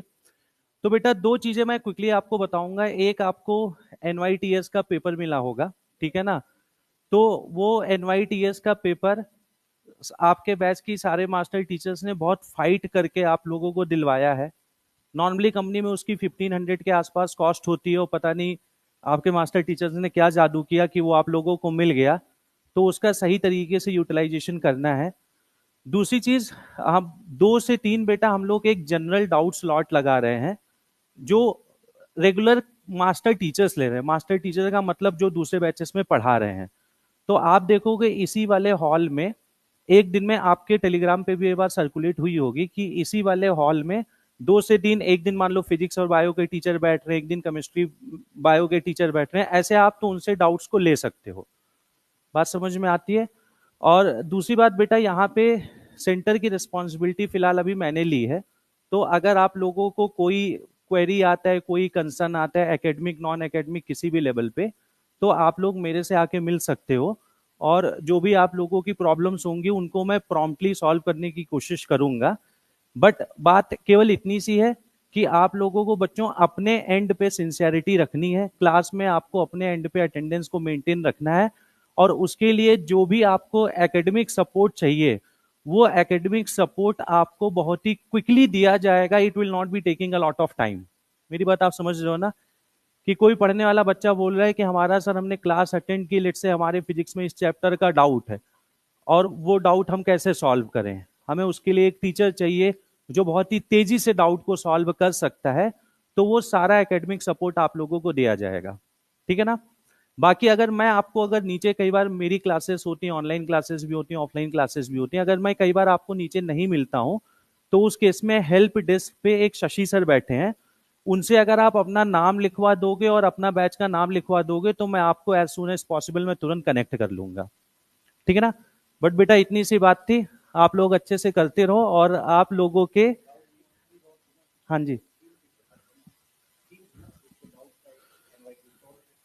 अभी वो तो सर देखा जाएगा ना वो, ठीक है। तो इतनी सारी बात थी, और बेटा अभी मैं चलता हूं, क्योंकि अभी ऑलरेडी सर की क्लास बीच में इंटरप्ट हो चुकी है, sorry sir for the disturbance, ठीक है ना, क्योंकि मेरी भी अगली क्लास से ना हो नहीं पाता। चलो बच्चों, थैंक यू, ठीक है, चलो ये लिख लो बेटा एक बार अपने डाउट। सर ने बोला जो है, अरे भाई सुन लिया करो, है सर ने बोला डाउट बता दिया करो, पूछ मुझसे, ठीक है। यार तुम लोग को ताली बजाने को किसने कहा? भंडारे में लड्डू बटे हैं क्या? बस देखो, काम की चीज सुन लो। तुम सर से जाके अगर कोई चीज फंस रही हो, बात करके ना कोई चीज अपनी सॉल्व करवा सकते हो। दूसरा है एनवाईटीएस आपको दे दिए, उसको सॉल्व करो, पर चैप्टर वाइज जो है ना, जब पूरा कर लो तब सॉल्व करना, ऐसे नहीं, है ना, सीधे सॉल्व मत करने लगना, पहले उसको करके, ठीक है। और टेस्ट के लिए मैंने बोल दिया 8 तारीख वाला करवाते हैं उसको आपको, ठीक है, टेस्ट को प्रॉपर कराते हैं, सही है। कोशिश करो 8 वाले टेस्ट के लिए अभी से तैयारी कर लो, डेली का एक एक चैप्टर का प्लान बना लो आज जाकर, कि आपको ये चैप्टर खत्म करना है। और एक्स्ट्रा ऑर्डनरी प्लान मत बनाना, सॉल्व नहीं होते हैं वो। एक्स्ट्रा ऑर्डनरी मतलब मैं बिल्कुल बेसिक से पढ़ूंगा, और मैंने मंडे को चालू की, मैंने 4 दिन तक लिविंग वर्ल्ड की एनसीईआरटी पढ़ी, इतना स्ट्रॉन्ग कर लिया कि उसका 2 क्वेश्चन आया सिर्फ। समझ आ रहा है? वो नहीं करना, वो तुम करते हो नॉर्मली, ये मुझे पता है, ठीक है, ये तुम्हारी हैबिट है। एक्चुअल में हैबिट ये नहीं है कि पढ़ना है, हैबिट ये है कि मुझे औरों से अलग करना है। तो अलग करने के चक्कर में फिजिक्स की क्लास में तुम कई बार बॉटनी पढ़ रहे होते हो, और बॉटनी की क्लास में कुछ फिजिक्स भी सॉल्व कर रहे होते हैं, दिक्कत यहां फंस रही है बस। चलो आ गया, नेक्स्ट कर लेते हैं बेटा रोल। ध्यान से सुनेंगे बच्चे हम लोग, हाँ हाँ। एक्चुअल में क्या था, एफ डब्ल्यू वेट ने ऑक्सीजन निकाला था अगार प्लेट पे, उसने कोशिश करी सारे अवीना के टिप को, अरे सुन लिया करो, सारे अवीना के टिप को काट कर, पीस कर ऑक्सीजन फ्री फॉर्म में मिल जाए, वो नहीं मिला। तो उसको ऑक्सीजन सिर्फ अगार प्लेट में मिला जब लाइट दी, फ्री फॉर्म में नहीं मिला। पहला फ्री फॉर्म में निकला ह्यूमन यूरिन से। दोनों बातों में डिफरेंस है, इसलिए मैं कह रहा हूं कहीं डाउट है पूछ लिया करो। आओ नेक्स्ट को बेटा, बायो से हो गया, नेक्स्ट क्या है, बायो से, सॉरी बायो से कहां पढ़ा है हमने? हाँ भाई, हम बायो एसे की बात कर रहे हैं, इधर देखो, इसका एक बायो एसे है, इधर देखेंगे सारे बच्चे, बायो एसे टेस्ट होता है, हम लिख रहे हैं ओवरकम ऑफ एपिकल डोमिनेंस, हम बात कर रहे हैं एपिकल डोमिनेंस की, उसको हम ओवरकम कर रहे हैं, ठीक है, उसको हम क्या कर रहे हैं, ओवरकम कर रहे हैं, ये चीज समझ में आ रही है, ठीक है। तो हम एपिकल डोमिनेंस को ओवरकम कर रहे हैं, इसको हम एक कैसे देख रहे हैं, इधर देखेंगे सारे बच्चे, बोर्ड पे ध्यान दो बेटा मेरी तरफ। आपके पास ये डॉर्फ प्लांट है, ठीक है, ये टॉल हो गया, मैंने इस पे जीए लगा दिया, कैसे किया है मैंने, ये स्मॉल टी है, सही है, और यहां पर मेरे पास क्या हो गया, ये टॉल हो गया, ये कैसा था, डॉर्फ, सही है, और मैंने इस पर क्या अप्लाई कर दिया, जीए। अब ये जो स्मॉल टी है, ये जेनेटिक डॉर्फिज्म है, समझो, ये टॉल हो गया। अब मुझे इसका जीनोटाइप बताएगा कोई? हाँ टॉल का अभी भी स्मॉल टी रहेगा, इसका जीनोटाइप नहीं बदला, क्योंकि मैंने क्या लगाया बाहर से, हार्मोन लगाया, समझ में आ रहा है, समझ में आया किसी को क्या हुआ है, इसका सिर्फ फिनोटाइप चेंज हुआ है, जीन्स में अभी भी ये स्मॉल है। तो अब जब इसका क्रॉस कराओगे ना, तो स्मॉल की तरह ही एक्ट करेगा ये क्रॉस में, क्लियर है? मतलब हमने क्या किया, ये डॉर्फिज्म कैसी थी, जेनेटिक थी, इसको हमने ओवरकम कर लिया, ओवरकम समझ आता है, बाहर आ गए इससे हम, ये समझ में आया? अभी भी ये टॉल है, लेकिन ये इसका जीनोटाइप क्या आएगा? स्मॉल टी आएगा। क्लियर? सही है। अब मैं इसको चाहूं किसी नॉर्मल इससे क्रॉस करा दूं, ड्वार्फ से, तो सारे प्लांट क्या आएंगे? ड्वार्फ आएंगे। क्लियर है? ठीक है, यस। नेक्स्ट बात करते हैं। नेक्स्ट आ जाओ बेटा, ओवरकम ऑफ एपिकल डोमिनेंस। ठीक, नेक्स्ट आ जाते हैं। फर्स्ट ये हो गया, ठीक है। सेकंड ये हो गया हमारे पास जो हम लोग यहां पे बात कर रहे हैं।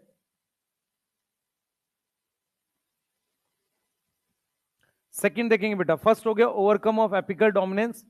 सेकंड हमारे पास जो है यहां पे हम बात कर रहे हैं बेटा, जीए क्या करता है? जीए प्रमोट करता है माल्टिंग। अब ये माल्टिंग क्या होता है इसको समझते हैं। इसी के लिए एक वो बनता है, बायोएस से बनता है, उसे कहते हैं बार्ले एंडोस्पर्म बायोएस से। समझना ध्यान से, बार्ले एंडोस्पर्म बायोएस से। हाँ भाई, कितने लोगों को पता है difference between starch, maltose, glucose? हाँ भाई, माल्टोज में कौन सा बॉन्ड होता है? देख लो इधर बेटा, ये स्टार्च है जो चेन होती है ग्लूकोज की। अगर दो ग्लूकोज आपस में जुड़े रहे तो वो माल्टोज है, ठीक है। और ध्यान से सुने बेटा, ध्यान से सुने, ये हमारे पास क्या है? ग्लूकोज है, ठीक है। ये हमारे पास क्या है? ग्लूकोज है। तो हमारे पास स्टार्च है, स्टार्च कन्वर्ट होगा माल्टोज में, माल्टोज कन्वर्ट होगा किस में? ग्लूकोज में। ये चीज समझ में आ रही है? ठीक है। अब मैं जो बता रहा हूं वो सुनो ध्यान से। आप में से सबको ये आइडिया है, बार्ले जौ को बोलते हैं, ठीक है। उसमें एक बहुत बड़ा टिश्यू होगा जिसको हम क्या बोलेंगे? एंडोस्पर्म। एंडोस्पर्म जो होता है ना बेटा, एंडोस्पर्म होता है, उसके बाहर एक लेयर होती है, उस लेयर को बोलते हैं हम लोग क्या? उस लेयर को बोलते हैं एलिरॉन लेयर। तो ये जो चीज है हमारे पास, ये एंडोस्पर्म है। यस, ये क्या है? एंडोस्पर्म है। ये लेयर एलिरॉन की है। एलिरॉन लेयर किसकी बनी होती है? प्रोटीन की। तो एलिरॉन लेयर जो होता है बेटा, एलिरॉन लेयर जो होता है वो प्रोटीन की बनी हुई है, और उसमें एमाइलेज एंजाइम है। प्रोटीन मतलब एंजाइम है। कौन सा एंजाइम है? एमाइलेज एंजाइम है।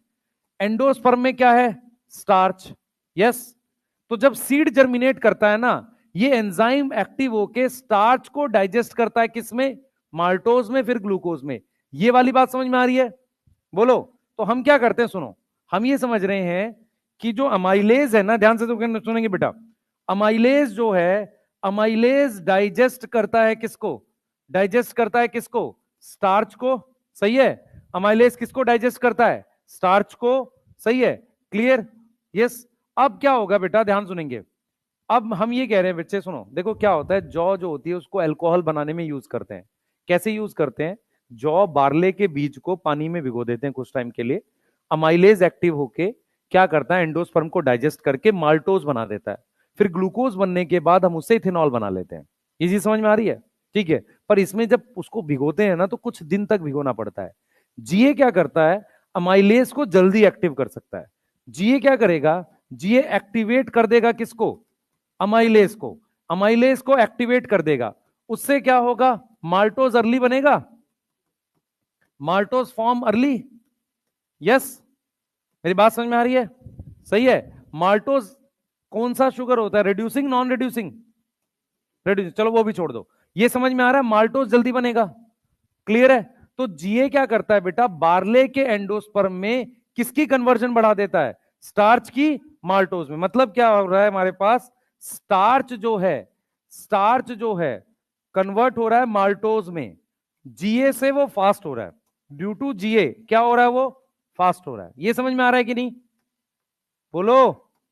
फिर रिपीट करूंगा, दोबारा सुनेंगे। ये बार्ले का सीड है। किसका सीड है? बार्ले। ऐसा ही सीड मेज का होता है। बार्ले, मेज, गेहूं, राइस, इसमें क्या कॉमन है? फैमिली सेम है, और सबके अंदर स्टार्च होता है एंडोस्पर्म में। हमने क्या किया? इस एंडोस्पर्म में जो स्टार्च है उसके बाहर की लेयर क्या है? एलिरॉन लेयर। उसमें एमाइलेज एंजाइम है। एमाइलेज डाइजेस्ट करता है स्टार्च में, जीए एक्टिवेट करता है किसको? अमाइलेज को। माल्टोज फॉर्म होता है अर्ली। स्टार्च ने क्या बना दिया, माल्टोज बना दिया, ड्यू टू जीए क्या है ना, ये फास्ट होगा प्रोसेस। यस, ये चीज समझ में आ रही है। माल्टोज के बाद क्या बनता है, ग्लूकोज। क्लियर है। इस प्रोसेस को क्या बोलते हैं, माल्टिंग। क्या बोलते हैं, माल्टिंग। अच्छा मुझे एक चीज बताओ, ग्लूकोज से बाद में इथेनॉल बना सकते हैं, ठीक है। तो ये वाला प्रोसेस किस में यूज होता है, अल्कोहल इंडस्ट्री में। अल्कोहल इंडस्ट्री में क्या करते होंगे, वो बहुत सारे जौ के बीज लेके पानी में भिगो देते होंगे। पानी में भिगोने के बाद वो उसको पीस लेते होंगे। पानी में भिगो के रखने का पर्पस ये था कि स्टार्च माल्टोज में कन्वर्ट हो गई है। अब उसको पीसने का मतलब उस पानी में माल्टोज या ग्लूकोज आ गया। अब उसकी आप इथेनॉल बना सकते हो।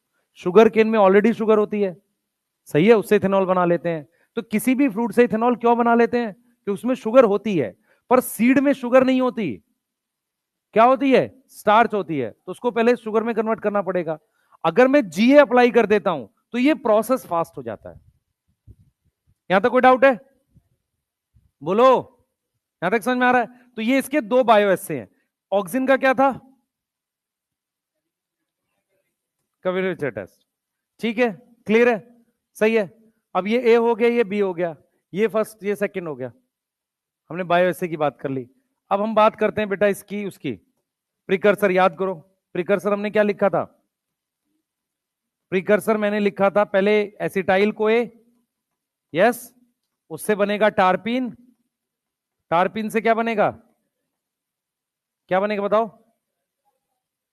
नहीं डार्क से जी बना लेते हैं, टारपिन से जी बना लेते हैं, ठीक है। तो हमने साइट ऑफ सिंथेसिस लिख ली, हमने बायोएस से लिख लिया, हमने प्रिकर्सर लिख लिया। एग्जांपल्स बताओ, एग्जांपल्स वही है GA1 GA2, है ना।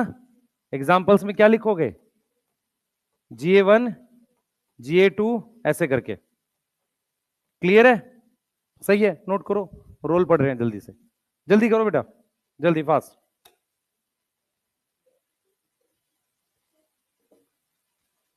तुम्हारे टेस्ट में ऑर्गेनिक कितना आ रहा है अभी, सिलेबस नहीं हुआ उसका, पूरा आ रहा है।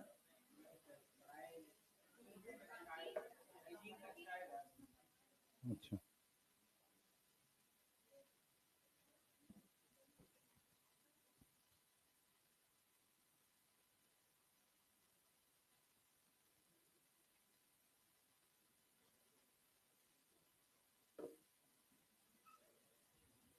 हाँ बेटा।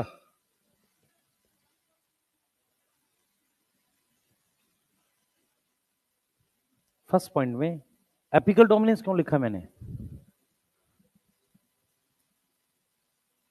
जेनेटिक डॉर्फिज्म लिखना है, गलत लिखा है, जेनेटिक डॉर्फिज्म आएगा बेटा। असल में ओवरकम ऑफ जेनेटिक डॉर्फिज्म, गलत लिखा है बच्चे, एपिकल डोमिनेंस नहीं आएगा। लिख लिया सबने एपिकल डोमिनेंस, ऐसे कैसे लिख लेते हो, शाबाश। हाँ,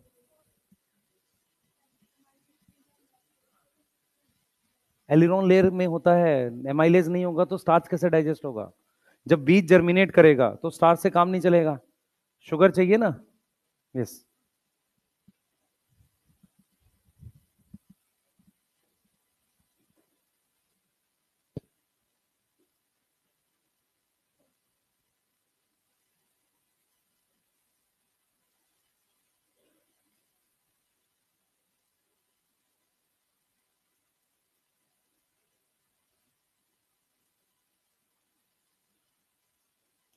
देख लो बेटा, सब कुछ प्रॉपर तरीके से टेस्ट के लिए प्रिपेयर करो। 8 तारीख के मैं अरेंज करवाता हूं उसका कुछ आपके लिए।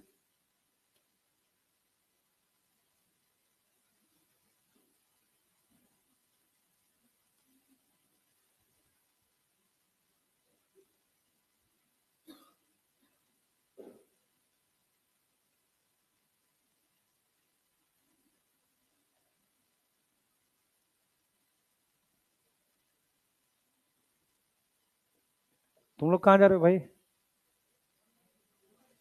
है फ्राइडे, यार तुम लोग अभी थोड़ी टाइम हुआ है, हो गया है,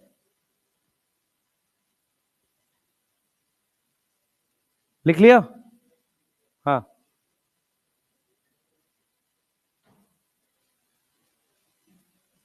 अरे जल्दी लिख लो,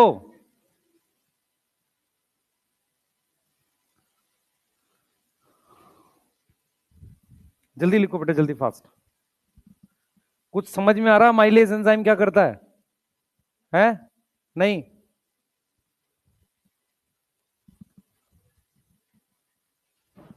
जीए कहां मिलता है? प्लांट में, हाइयर प्लांट्स में और फंजाई में।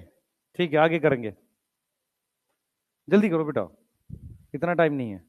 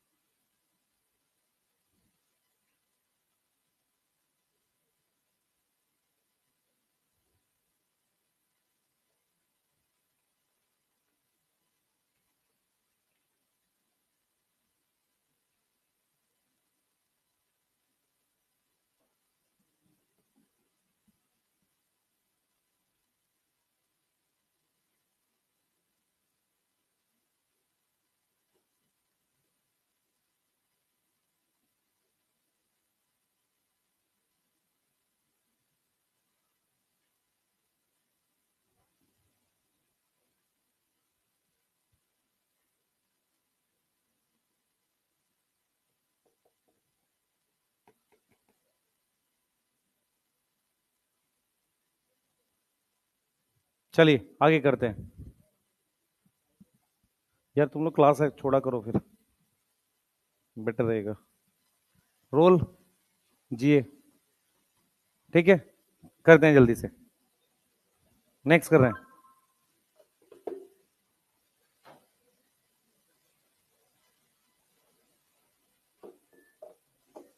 ठीक है, देखो सबसे पहले बोर्ड बोर्ड पे देखो बेटा, सारे बोर्ड पे देखो।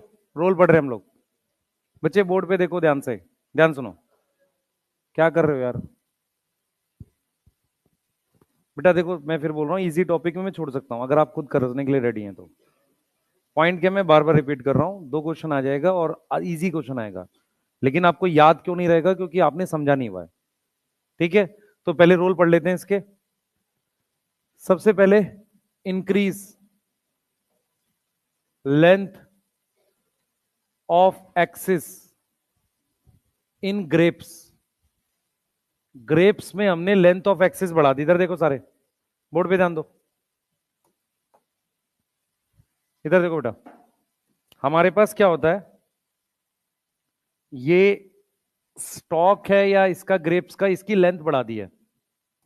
पहले क्या था, इसके पास ये एक्सिस की लेंथ छोटी थी, तो ग्रेप्स के साइज छोटे थे। जैसे ही हमने यहां पर इसकी लेंथ बढ़ाई है, तो उसको जगह मिली है ग्रेप्स को ग्रो करने की, तो उसकी प्रोडक्शन बढ़ गई। ये चीज समझो, हमने इसकी लेंथ बढ़ा दी है। जीए क्या करेगा बेटा, ध्यान से सुनेंगे। जीए क्या कर रहा है, इधर देखो सारे। जीए क्या कर रहा है? जीए इंक्रीज कर रहा है लेंथ किसकी? स्टॉक की। हमारे पास इसको स्टॉक कह रहे हैं, इस स्टॉक की लेंथ बढ़ गई है। अगर आप इस डायग्राम में देखो, आपको समझ में आएगा कि वहां ग्रेप्स को जगह नहीं मिली है, साइज छोटा है। यहां पर उसको जगह मिलने की वजह से साइज बढ़ पाया। तो ये जो ब्रांच है ना इसकी, जीए इसकी लेंथ बढ़ा देता है। इससे क्या होगा? प्रोडक्शन बढ़ जाएगी। समझ में आ रहा है? इससे क्या होगा? प्रोडक्शन बढ़ जाएगी। तो सबसे पहला रोल जो एनसीईआरटी लिखती है वो यही लिख रही है कि ये क्या कर रहा है, एक्सिस, या उस एक्सिस को क्या नाम दे सकते हैं? स्टॉक। उसकी लेंथ बढ़ा देता है। क्या बढ़ा देता है? लेंथ बढ़ा देता है। दूसरी बेटा, दूसरी सेकंड, सेकंड आ जाओ। ये क्या करता है बेटा? इंप्रूव करता है, इंप्रूव करता है शेप्स, शेप्स एंड साइज। आपको पता है बच्चे, मार्केट में ज्यादा महंगा एप्पल वगैरह या फ्रूट जिसकी शेप और साइज बेटर होता है। सही है? तो इंप्रूव करता है shape and size of apple and pear. Apple और पियर जैसे फ्रूट की क्या करता है ये? शेप और साइज को क्या करता है? इंप्रूव करता है। ठीक है, क्लियर? ये सेकंड रोल हो गया। थर्ड सुनो ध्यान से। जीए क्या प्रमोट करता है? माल्टिंग। क्या प्रमोट करता है? माल्टिंग। माल्टिंग क्या होता है सुनेंगे। माल्टिंग होता है, हमने स्टार्च से कन्वर्ट कर लिया है माल्टोज। स्टार्च को किस में कन्वर्ट कर लिया है? माल्टोज में। माल्टोज से आप ग्लूकोज बनाकर इथेनॉल बना सकते हो फर्मेंटेशन से। तो जीए क्या प्रमोट करता है? माल्टिंग। किसमें? इन बार्ले सीड। अब ये कौन सी इंडस्ट्री में हेल्पफुल होगा? Helpful in alcohol industry. तो इसको हम नाम देते हैं ब्रीविंग। अल्कोहल इंडस्ट्री को क्या नाम देते हैं? ब्रीविंग। ब्रीविंग का क्या मतलब होता है? Ethanol formation. क्या नाम होता है? Ethanol formation. तो ये हेल्पफुल है किसमें? इथेनॉल फर्मेंटेशन में, ब्रीविंग इंडस्ट्री। अब सुनेंगे सब लोग। बच्चे क्या होता है कि मैंने बोला भी था आपको, बार्ले के बीज में एंडोस्पर्म के बाहर जो एलिरॉन की लेयर होती है, उस एलिरॉन की लेयर में माइलेज होता है। नेचुरली वो धीरे धीरे काम करता है, जीए देने से तेज काम कर रहा है। तो हमने क्या किया है? माल्टिंग तेज करने से, प्रमोट लिखा हुआ है, प्रमोट करता है मतलब तेज कराता है माल्टिंग को। उससे क्या होगा? आप इथेनॉल बना पाओगे। यस। इस इंडस्ट्री को क्या बोलते हैं? ब्रीविंग। ठीक है। अब एक बहुत इंपॉर्टेंट रोल सुनो, देखो। जो आपका जीए है वो फ्रूट्स को लेके कैसे काम करता है? बहुत सारे फ्रूट्स की सेनीसेंस डिले करता है। सेनीसेंस डिले करने से क्या फायदा होगा समझो। मार्केट में फार्मर्स को नुकसान तब ज्यादा पहुंचता है जब प्रोडक्शन बढ़ जाए बहुत ज्यादा। मतलब क्या हुआ कि जैसे मान लो एक ही फील्ड में बहुत ज्यादा, मान लो टमाटर और ये सब पैदा होंगे तो उसको कॉस्ट नहीं मिलती है। सही है? जैसे मान लो टमाटर अगर 15 रुपए किलो बाहर बिक रहा है तो फार्मर को बहुत ज्यादा नुकसान हो रहा होगा। रीजन क्या है कि नॉर्मल रेट ठीक रहते हैं, जब बहुत रेट डिप करते हैं तो वो 2-3 रुपए किलो तो अपने पास से बेच रहा होगा। इसका मतलब उसको कॉस्ट भी नहीं निकल रही है। तो हम क्या सोचते हैं, हम इस बात को ऐसे समझते हैं कि जब वो आती है आपकी मई जून आती है, उस वक्त टमाटर क्या होता है? बहुत तेजी से पक रहा होता है क्योंकि गर्मी बहुत होती है। तो इसका मतलब उसकी सनीसेंस फास्ट हो रही है। सनीसेंस मतलब ग्रो ओल्ड होना, मुरझाना, वो फास्ट हो रहा है। जीए क्या करता है? वो सनीसेंस पीरियड बढ़ा देता है। उससे क्या होगा? वो फ्रूट उस प्लांट पे ज्यादा देर रुकेगा। जितनी ज्यादा देर रुकेगा उतना धीरे मार्केट में जाएगा, उतना उसको बेटर कॉस्ट मिलेगी। समझ आ रहा है बच्चे? गेहूं की प्रोडक्शन बढ़ने से फार्मर को फायदा होता है क्योंकि गेहूं को स्टोर कर सकते हैं खुद भी और कहीं और भी। लेकिन टमाटर की प्रोडक्शन बढ़ने से फार्मर को नुकसान होता है क्योंकि उसको स्टोर नहीं कर सकते। समझ में आ गया? और लोकल मार्केट से बाहर बेच नहीं सकते। समझ आ रहा है मैं क्या बोल रहा हूं? क्लियर है? तो हमारे पास क्या है बच्चे? हमारे पास क्या है? जीए क्या करता है? जीए डिक्रीज करता है क्या? सनीसेंस। जीए क्या डिक्रीज करता है? सनीसेंस डिक्रीज करता है। जीए डिक्रीज करता है क्या? सनीसेंस। सनीसेंस को जीए क्या करता है? डिक्रीज करता है। मेरी बात समझ में आ रही है? बोलो। ठीक है। तो जीए क्या करता है बेटा? सनीसेंस को क्या कर देता है? डिक्रीज करता है। उससे उसका क्या डिले हो जाता है? Ripening period. राइपनिंग पीरियड क्या हो जाएगा? क्या हो जाएगा? Gate delayed. राइपनिंग पीरियड क्या हो जाएगा? डिले हो जाएगा। अगर राइपनिंग पीरियड डिले हो जाएगा तो क्या हो जाएगा? मार्केट प्राइस इंक्रीज होगा। मार्केट वैल्यू क्या होगी? मार्केट प्राइस उसको क्या मिलेगा? बेटर मार्केट प्राइस मिलेगा। समझ में आ रहा है नहीं आ रहा? इंक्रीज करेगा उसकी शेल्फ लाइफ। ये क्या होती है शेल्फ लाइफ? कितनी देर तक स्टोर कर सकते हैं, कितने टाइम तक स्टोर कर सकते हैं। जैसे आप लोग उसमें पढ़ते हो बायोटेक में, फ्लेवर सेवर, याद आ रहा है किसी को? यस। ठीक है। अब सुनो ध्यान से, एक बहुत इंपॉर्टेंट चीज है। फिफ्थ रोल है, जीए क्या करता है? जीए हास्टन्स करता है। हास्टन्स का मतलब होता है फास्टन्स, स्पीड इंक्रीज करना। स्पीड इंक्रीज करता है किसकी? जुविनाइल फेज की। जुविनाइल फेज की किसमें? इन कॉनिफर्स में। उससे क्या होता है? अर्ली मैच्योरिटी आती है। अर्ली मैच्योरिटी आती है। अब मैं जो बताऊंगा उसको समझेंगे। बोर्ड पे देखो सारे, आपके पास ध्यान से सुनेंगे। ऐसे प्लांट्स को कॉनिफर कहते हैं, याद है? Pinus cedrus. ठीक है। कॉनिफर जो होता है उसमें फ्रूट तो आते नहीं है। सीड में 17 से 20 साल लग जाते हैं। ठीक है। अगर सीड की कुछ इकोनॉमिक इंपॉर्टेंस है तो 17 से 20 साल बहुत लंबा टाइम होता है किसी से प्रॉफिट लेने के लिए। ठीक है। अगर मैं कॉनिफर्स में जीए लगा दूं, जीए अप्लाई कर दूं, थोड़ा सा बड़ा हो जाए प्लांट, 3-4 साल का हो, 2 साल का हो, तो उसमें क्या होता है बेटा? उसका जुविनाइल फेज शॉर्ट हो जाता है। जुविनाइल का मतलब होता है वेजिटेटिव फेज, जो ग्रोथ फेज था फ्रूट आने, फ्लावर सॉरी सीड आने से पहले, जुविनाइल और वेजिटेटिव फेज क्या हो जाता है, वो शॉर्ट हो जाता है। उससे क्या होगा, सीड जल्दी आ जाएंगे, सीड अर्ली आ जाएंगे। कॉनिफर में आपके पास आता है पाइनस, याद करो, पाइनस का एक सीड होता है ना, जिसे चिलगोजा कहते हैं, और वो खाया जाता है। ठीक है, चिलगोजा जो है पाइनस का सीड है, पाइनस जियार्डियाना नाम की स्पीशीज है, नहीं पूछेगा, सिर्फ ये समझा रहा हूं कि फ्रूट तो आते नहीं है जिम्नोस्पर्म में, तो हमें उनको जल्दी मैच्योर कराना ही क्यों, हमें क्या फायदा हो रहा है, समझ में आ रहा है आपको? तो हमें फायदा ये है कि जब वो जल्दी मैच्योर होगा तो सीड जल्दी मिलेंगे, सीड जल्दी मिलने से हम उसके सीड का कमर्शियल यूज करते हैं। कमर्शियल यूज क्या करते हैं, एक ड्राई फ्रूट है चिलगोजा मान लो, तो उसको हम खाते हैं, तो वो जल्दी मिल पाएगा, आपको प्रॉफिट होगा।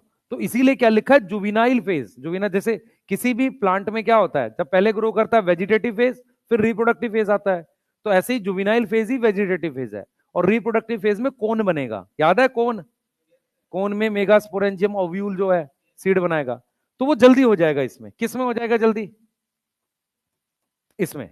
ये क्लियर है, यहां तक समझ में आ रहा है? ठीक है, नेक्स्ट बात करते हैं बेटा। कितने रोल हो गए, 5। अब ध्यान से सुनना, शुगर केन की इंटरनोड बढ़ा देता है, इंक्रीज लेंथ ऑफ किसकी, शुगर केन की किसकी, शुगर केन के इंटरनोड की। उससे क्या होगा, प्रोडक्शन इंक्रीज होती है। एनसीईआरटी कह रही है कि प्रोडक्शन इतनी बढ़ जाती है, प्रोडक्शन इंक्रीज होती है कितनी, हम कह रहे हैं 20 टन पर एकड़, पर एकड़ में लगभग 20 टन प्रोडक्शन बढ़ जाती है। ठीक है, हम बात करें, इधर देखो सारे बच्चे, इधर देखो, ये शुगर केन का प्लांट है, देखो बच्चे, शुगर केन में प्रोडक्शन उसके स्टैम में है। जिस भी जगह, अगर आप ध्यान से देखो जीए कैसे काम कर रहा है, जिस भी जगह स्टेम की लेंथ बढ़ाने से प्रोडक्शन बढ़ रही है, चाहे यहां हो, समझ में आ रहा है, चाहे यहां हो चाहे यहां हो, इसमें शुगर केन में वो काम कर रहा है। शुगर केन में अगर मैंने जीए अप्लाई कर दिया तो मेरे पास क्या बढ़ गया, जीए अप्लाई करने से क्या बढ़ गया बेटा, यहां पे इसकी लेंथ बढ़ गई। किसकी लेंथ बढ़ गई, इंटरनोड की। ये अगर आप ध्यान से देखोगे, पहले इंटरनोड ये थी, अब इंटरनोड ये है, कोई डाउट? सही है, जीए हमने क्या करा, अप्लाई करा है। अब यहां पर एक बहुत इंपॉर्टेंट चीज बता रहा हूं, बोल्टिंग क्या होता है वो सुन लो। बोल्टिंग क्या होता है, और बोल्टिंग 2 तरह की क्रॉप में होता है, वो समझ लो क्या होता है। बोर्ड पे देखो सारे बच्चे, देखो बोर्ड पे देखो, ये मेरे पास कैबेज को लेके बना रहा हूं।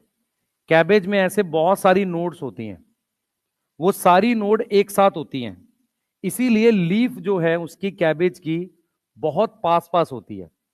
जब लीफ बहुत पास पास होती है, इस तरह के प्लांट को कहते हैं, कैबेज की बात कर रहा हूं, कैबेज में इस तरह के प्लांट में जहां लीफ बहुत क्लोज है, उसे कहते हैं रोजेट हैबिट। क्या बोलते हैं, रोजेट हैबिट। कैबेज समझ में आ रहा है, कैबेज में लीफ बहुत पास पास है, क्योंकि नो इंटरनोड लंबी नहीं हुई इसकी। अब क्या होता है कि कैबेज नॉर्मली जब कुछ महीने का होता है, हम उसे काट के खा जाते हैं, उसको निकाल के खेत में से।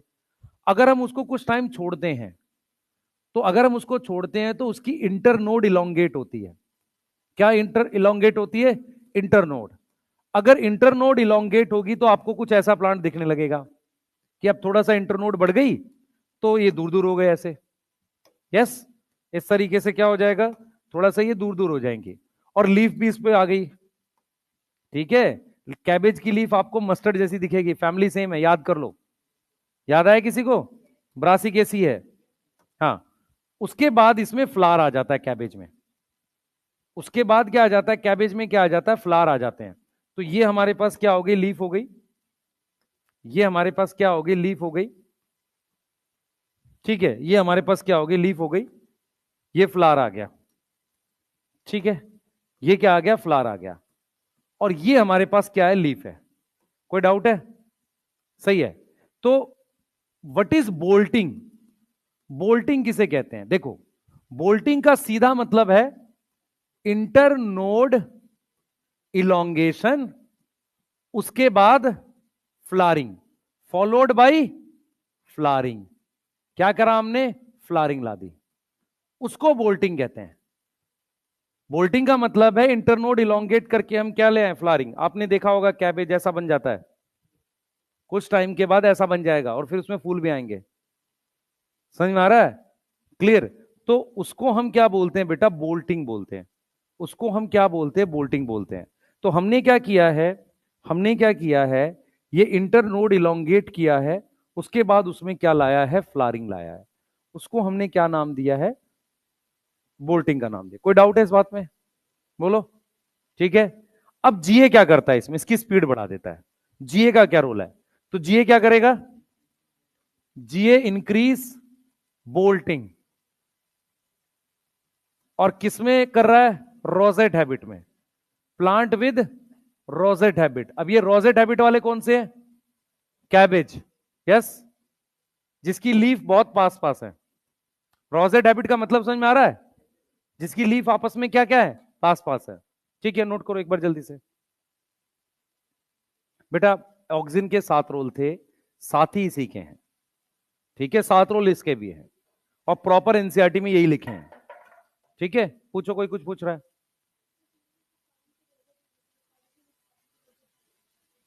नहीं नहीं, हमें सीड तो चाहिए। अगले साल कैबेज कैसे उगाएंगे? प्याज कैसे उगाई जाती है भाई? सीड होते हैं प्याज के? नहीं होते? हाँ। तो कुछ प्याज छोड़ दी जाती है, बाद में वो ग्रो करके उसमें सीड आता है। कुछ लोगों को पता होगा ये बात? नहीं पता? बीज छोड़ दिए हैं खेत में, ऐसे ही होता है ना। कुछ फ्रूट्स छोड़ देते हैं बड़े होने के लिए, उसके बीज बनते हैं, अगले साल वो उगाते हैं। नहीं?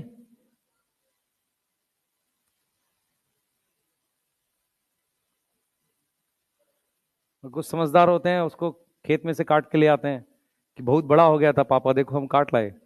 और डंडे से फिर पिटाई होती है, वे गधा, इसको अगले साल के लिए छोड़े थे, तुम इसको काट के घर नहीं लाना था।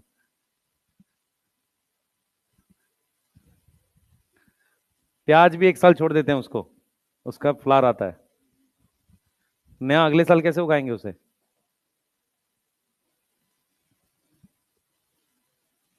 किसने देखा नहीं कैबेज के फ्लावर वगैरह? वो लोग गांव वाँव से नहीं है कोई भी? कुछ लोग तो होंगे। प्याज का देखा होगा, व्हाइट कलर के फ्लावर आते हैं गोल से ऐसे। हम्म। क्या बोलते हैं वो नहीं पता हमें, मैंने देखा है मैंने, पर बोलो तुम चाहे कुछ भी। वो रेसिमोस होते हैं, साइमोस होते हैं, अब ये नहीं पता है। अनियन लिली में है, साइमोस है। अम्बिलेट साइमोस लिखा हुआ है।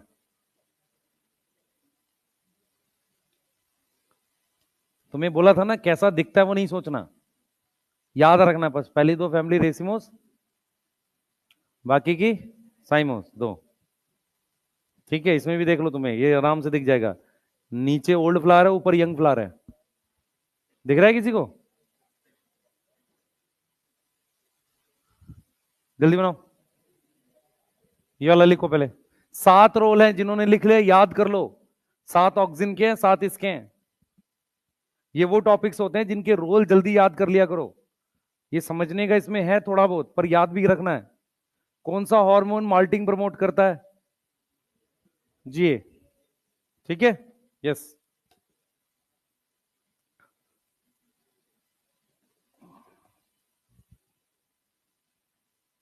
लिख लो जल्दी बेटा।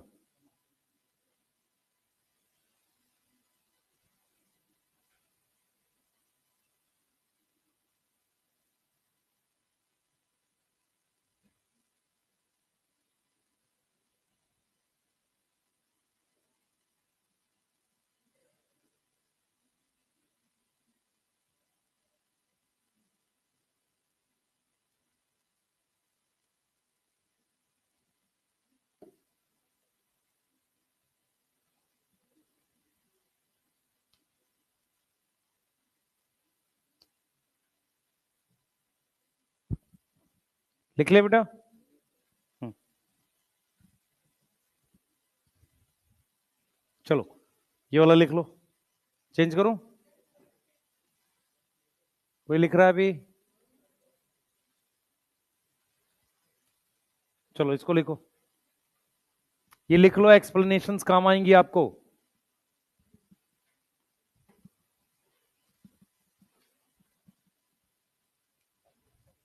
और इसके नीचे एक नोट लिख रहा हूं, किसी को short day plant, long day plant कुछ याद है? हैं?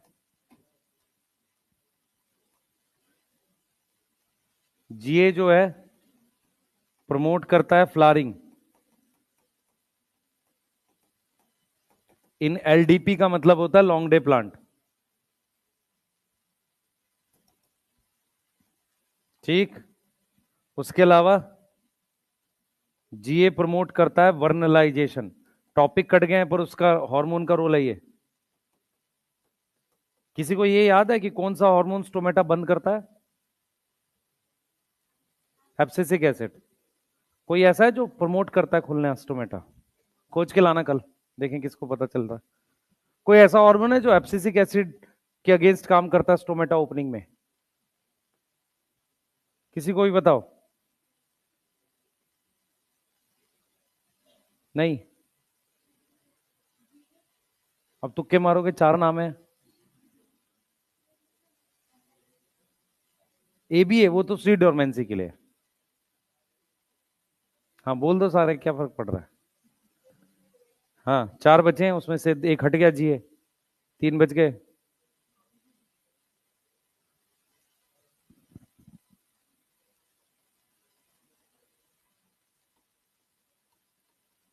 नहीं कर लिया, लिख लिया।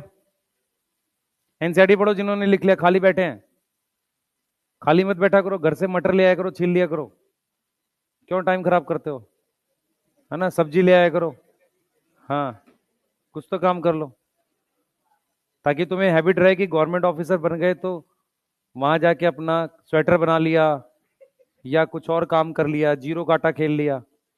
काम तो करोगे नहीं, है ना। हाँ एक ही टारगेट रखना, गवर्नमेंट ऑफिसर बने, काम ना करना पड़े, वही बेस्ट रहता है। नहीं सही बात है ना।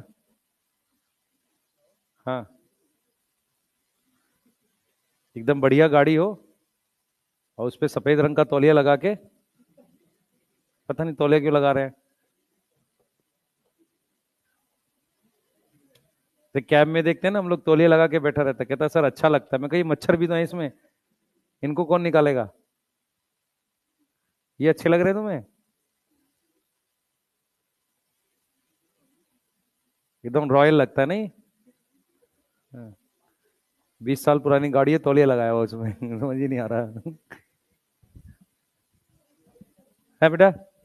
साइटोकाइनिन है, साइटोकाइनिन स्टोमेटा ओपन करता है। पुराने नोट्स में कभी लिखवाया होगा हमने, अब तो नहीं लिखवाते, सब आता ही नहीं है। ठीक है चलिए फटाफट से थोड़ा सा और बता देता हूं। ये बस वाले कौन है भाई, लिखो जल्दी से। कल पढ़ रहे हैं, छोड़ दो, नोट कर लो भाई। 1 मिनट और, वो काम किया किसी ने जो बोला था असाइनमेंट वाला? कर लिया? कौन नहीं किया अभी तक? फोटोसिंथेसिस का टेस्ट बना लिया सबने? कौन नहीं बनाया? तू बनाया भाई, बीच में तेरे बगल वाला, ये आगे आगे, ये हंस रहा है बैठ के। हाँ इसी की बात कर रहा हूँ, नहीं बनाया ना अभी? क्या बनाया है बेटा? फोटोसिंथेसिस टेस्ट बनाया है? कहाँ मिला था टेस्ट? पता भी है तुझे कहाँ था? सही बता। और कौन? रेस्पिरेशन का डोपा प्राइम, उसकी अभी आंसर की ठीक करनी है, उसमें कुछ गड़बड़ है। हाँ। एक बच्चे ने करेक्शन भेजी थी, और कुछ मिली किसी को? मैं एक बार क्रॉस चेक कर लूंगा। ठीक है एक बार भेज देना मुझे, मैं क्रॉस चेक कर लूंगा, है ना। ठीक है डोपा प्राइम का सॉल्यूशन मैं मोस्ट प्रोबेबली संडे रिकॉर्ड कर दूंगा। ठीक है और रह गया आपका पीजीआर का, तो आपको टेस्ट देने की अभी जरूरत नहीं है। पीजीआर तो अभी हुआ नहीं है ना आपका, तो टेस्ट मत देना कल उसका, कल ही टेस्ट है उसका। उस कल खत्म नहीं होगा बेटा, अभी वो रह जाएगा। ये अभी इसमें हार्मोन दो ही हुए हैं, 3 हार्मोन कराने हैं और वो टॉपिक कराना है। कल एक्स्ट्रा टाइम लेंगे तभी होगा। अब एक्स्ट्रा टाइम मिलेगा कैसे? हाँ कल हो सकता है। किसका? इसका टाइप में है यार, मिल जाएगा, अभी हुआ नहीं है। टाइपिंग में।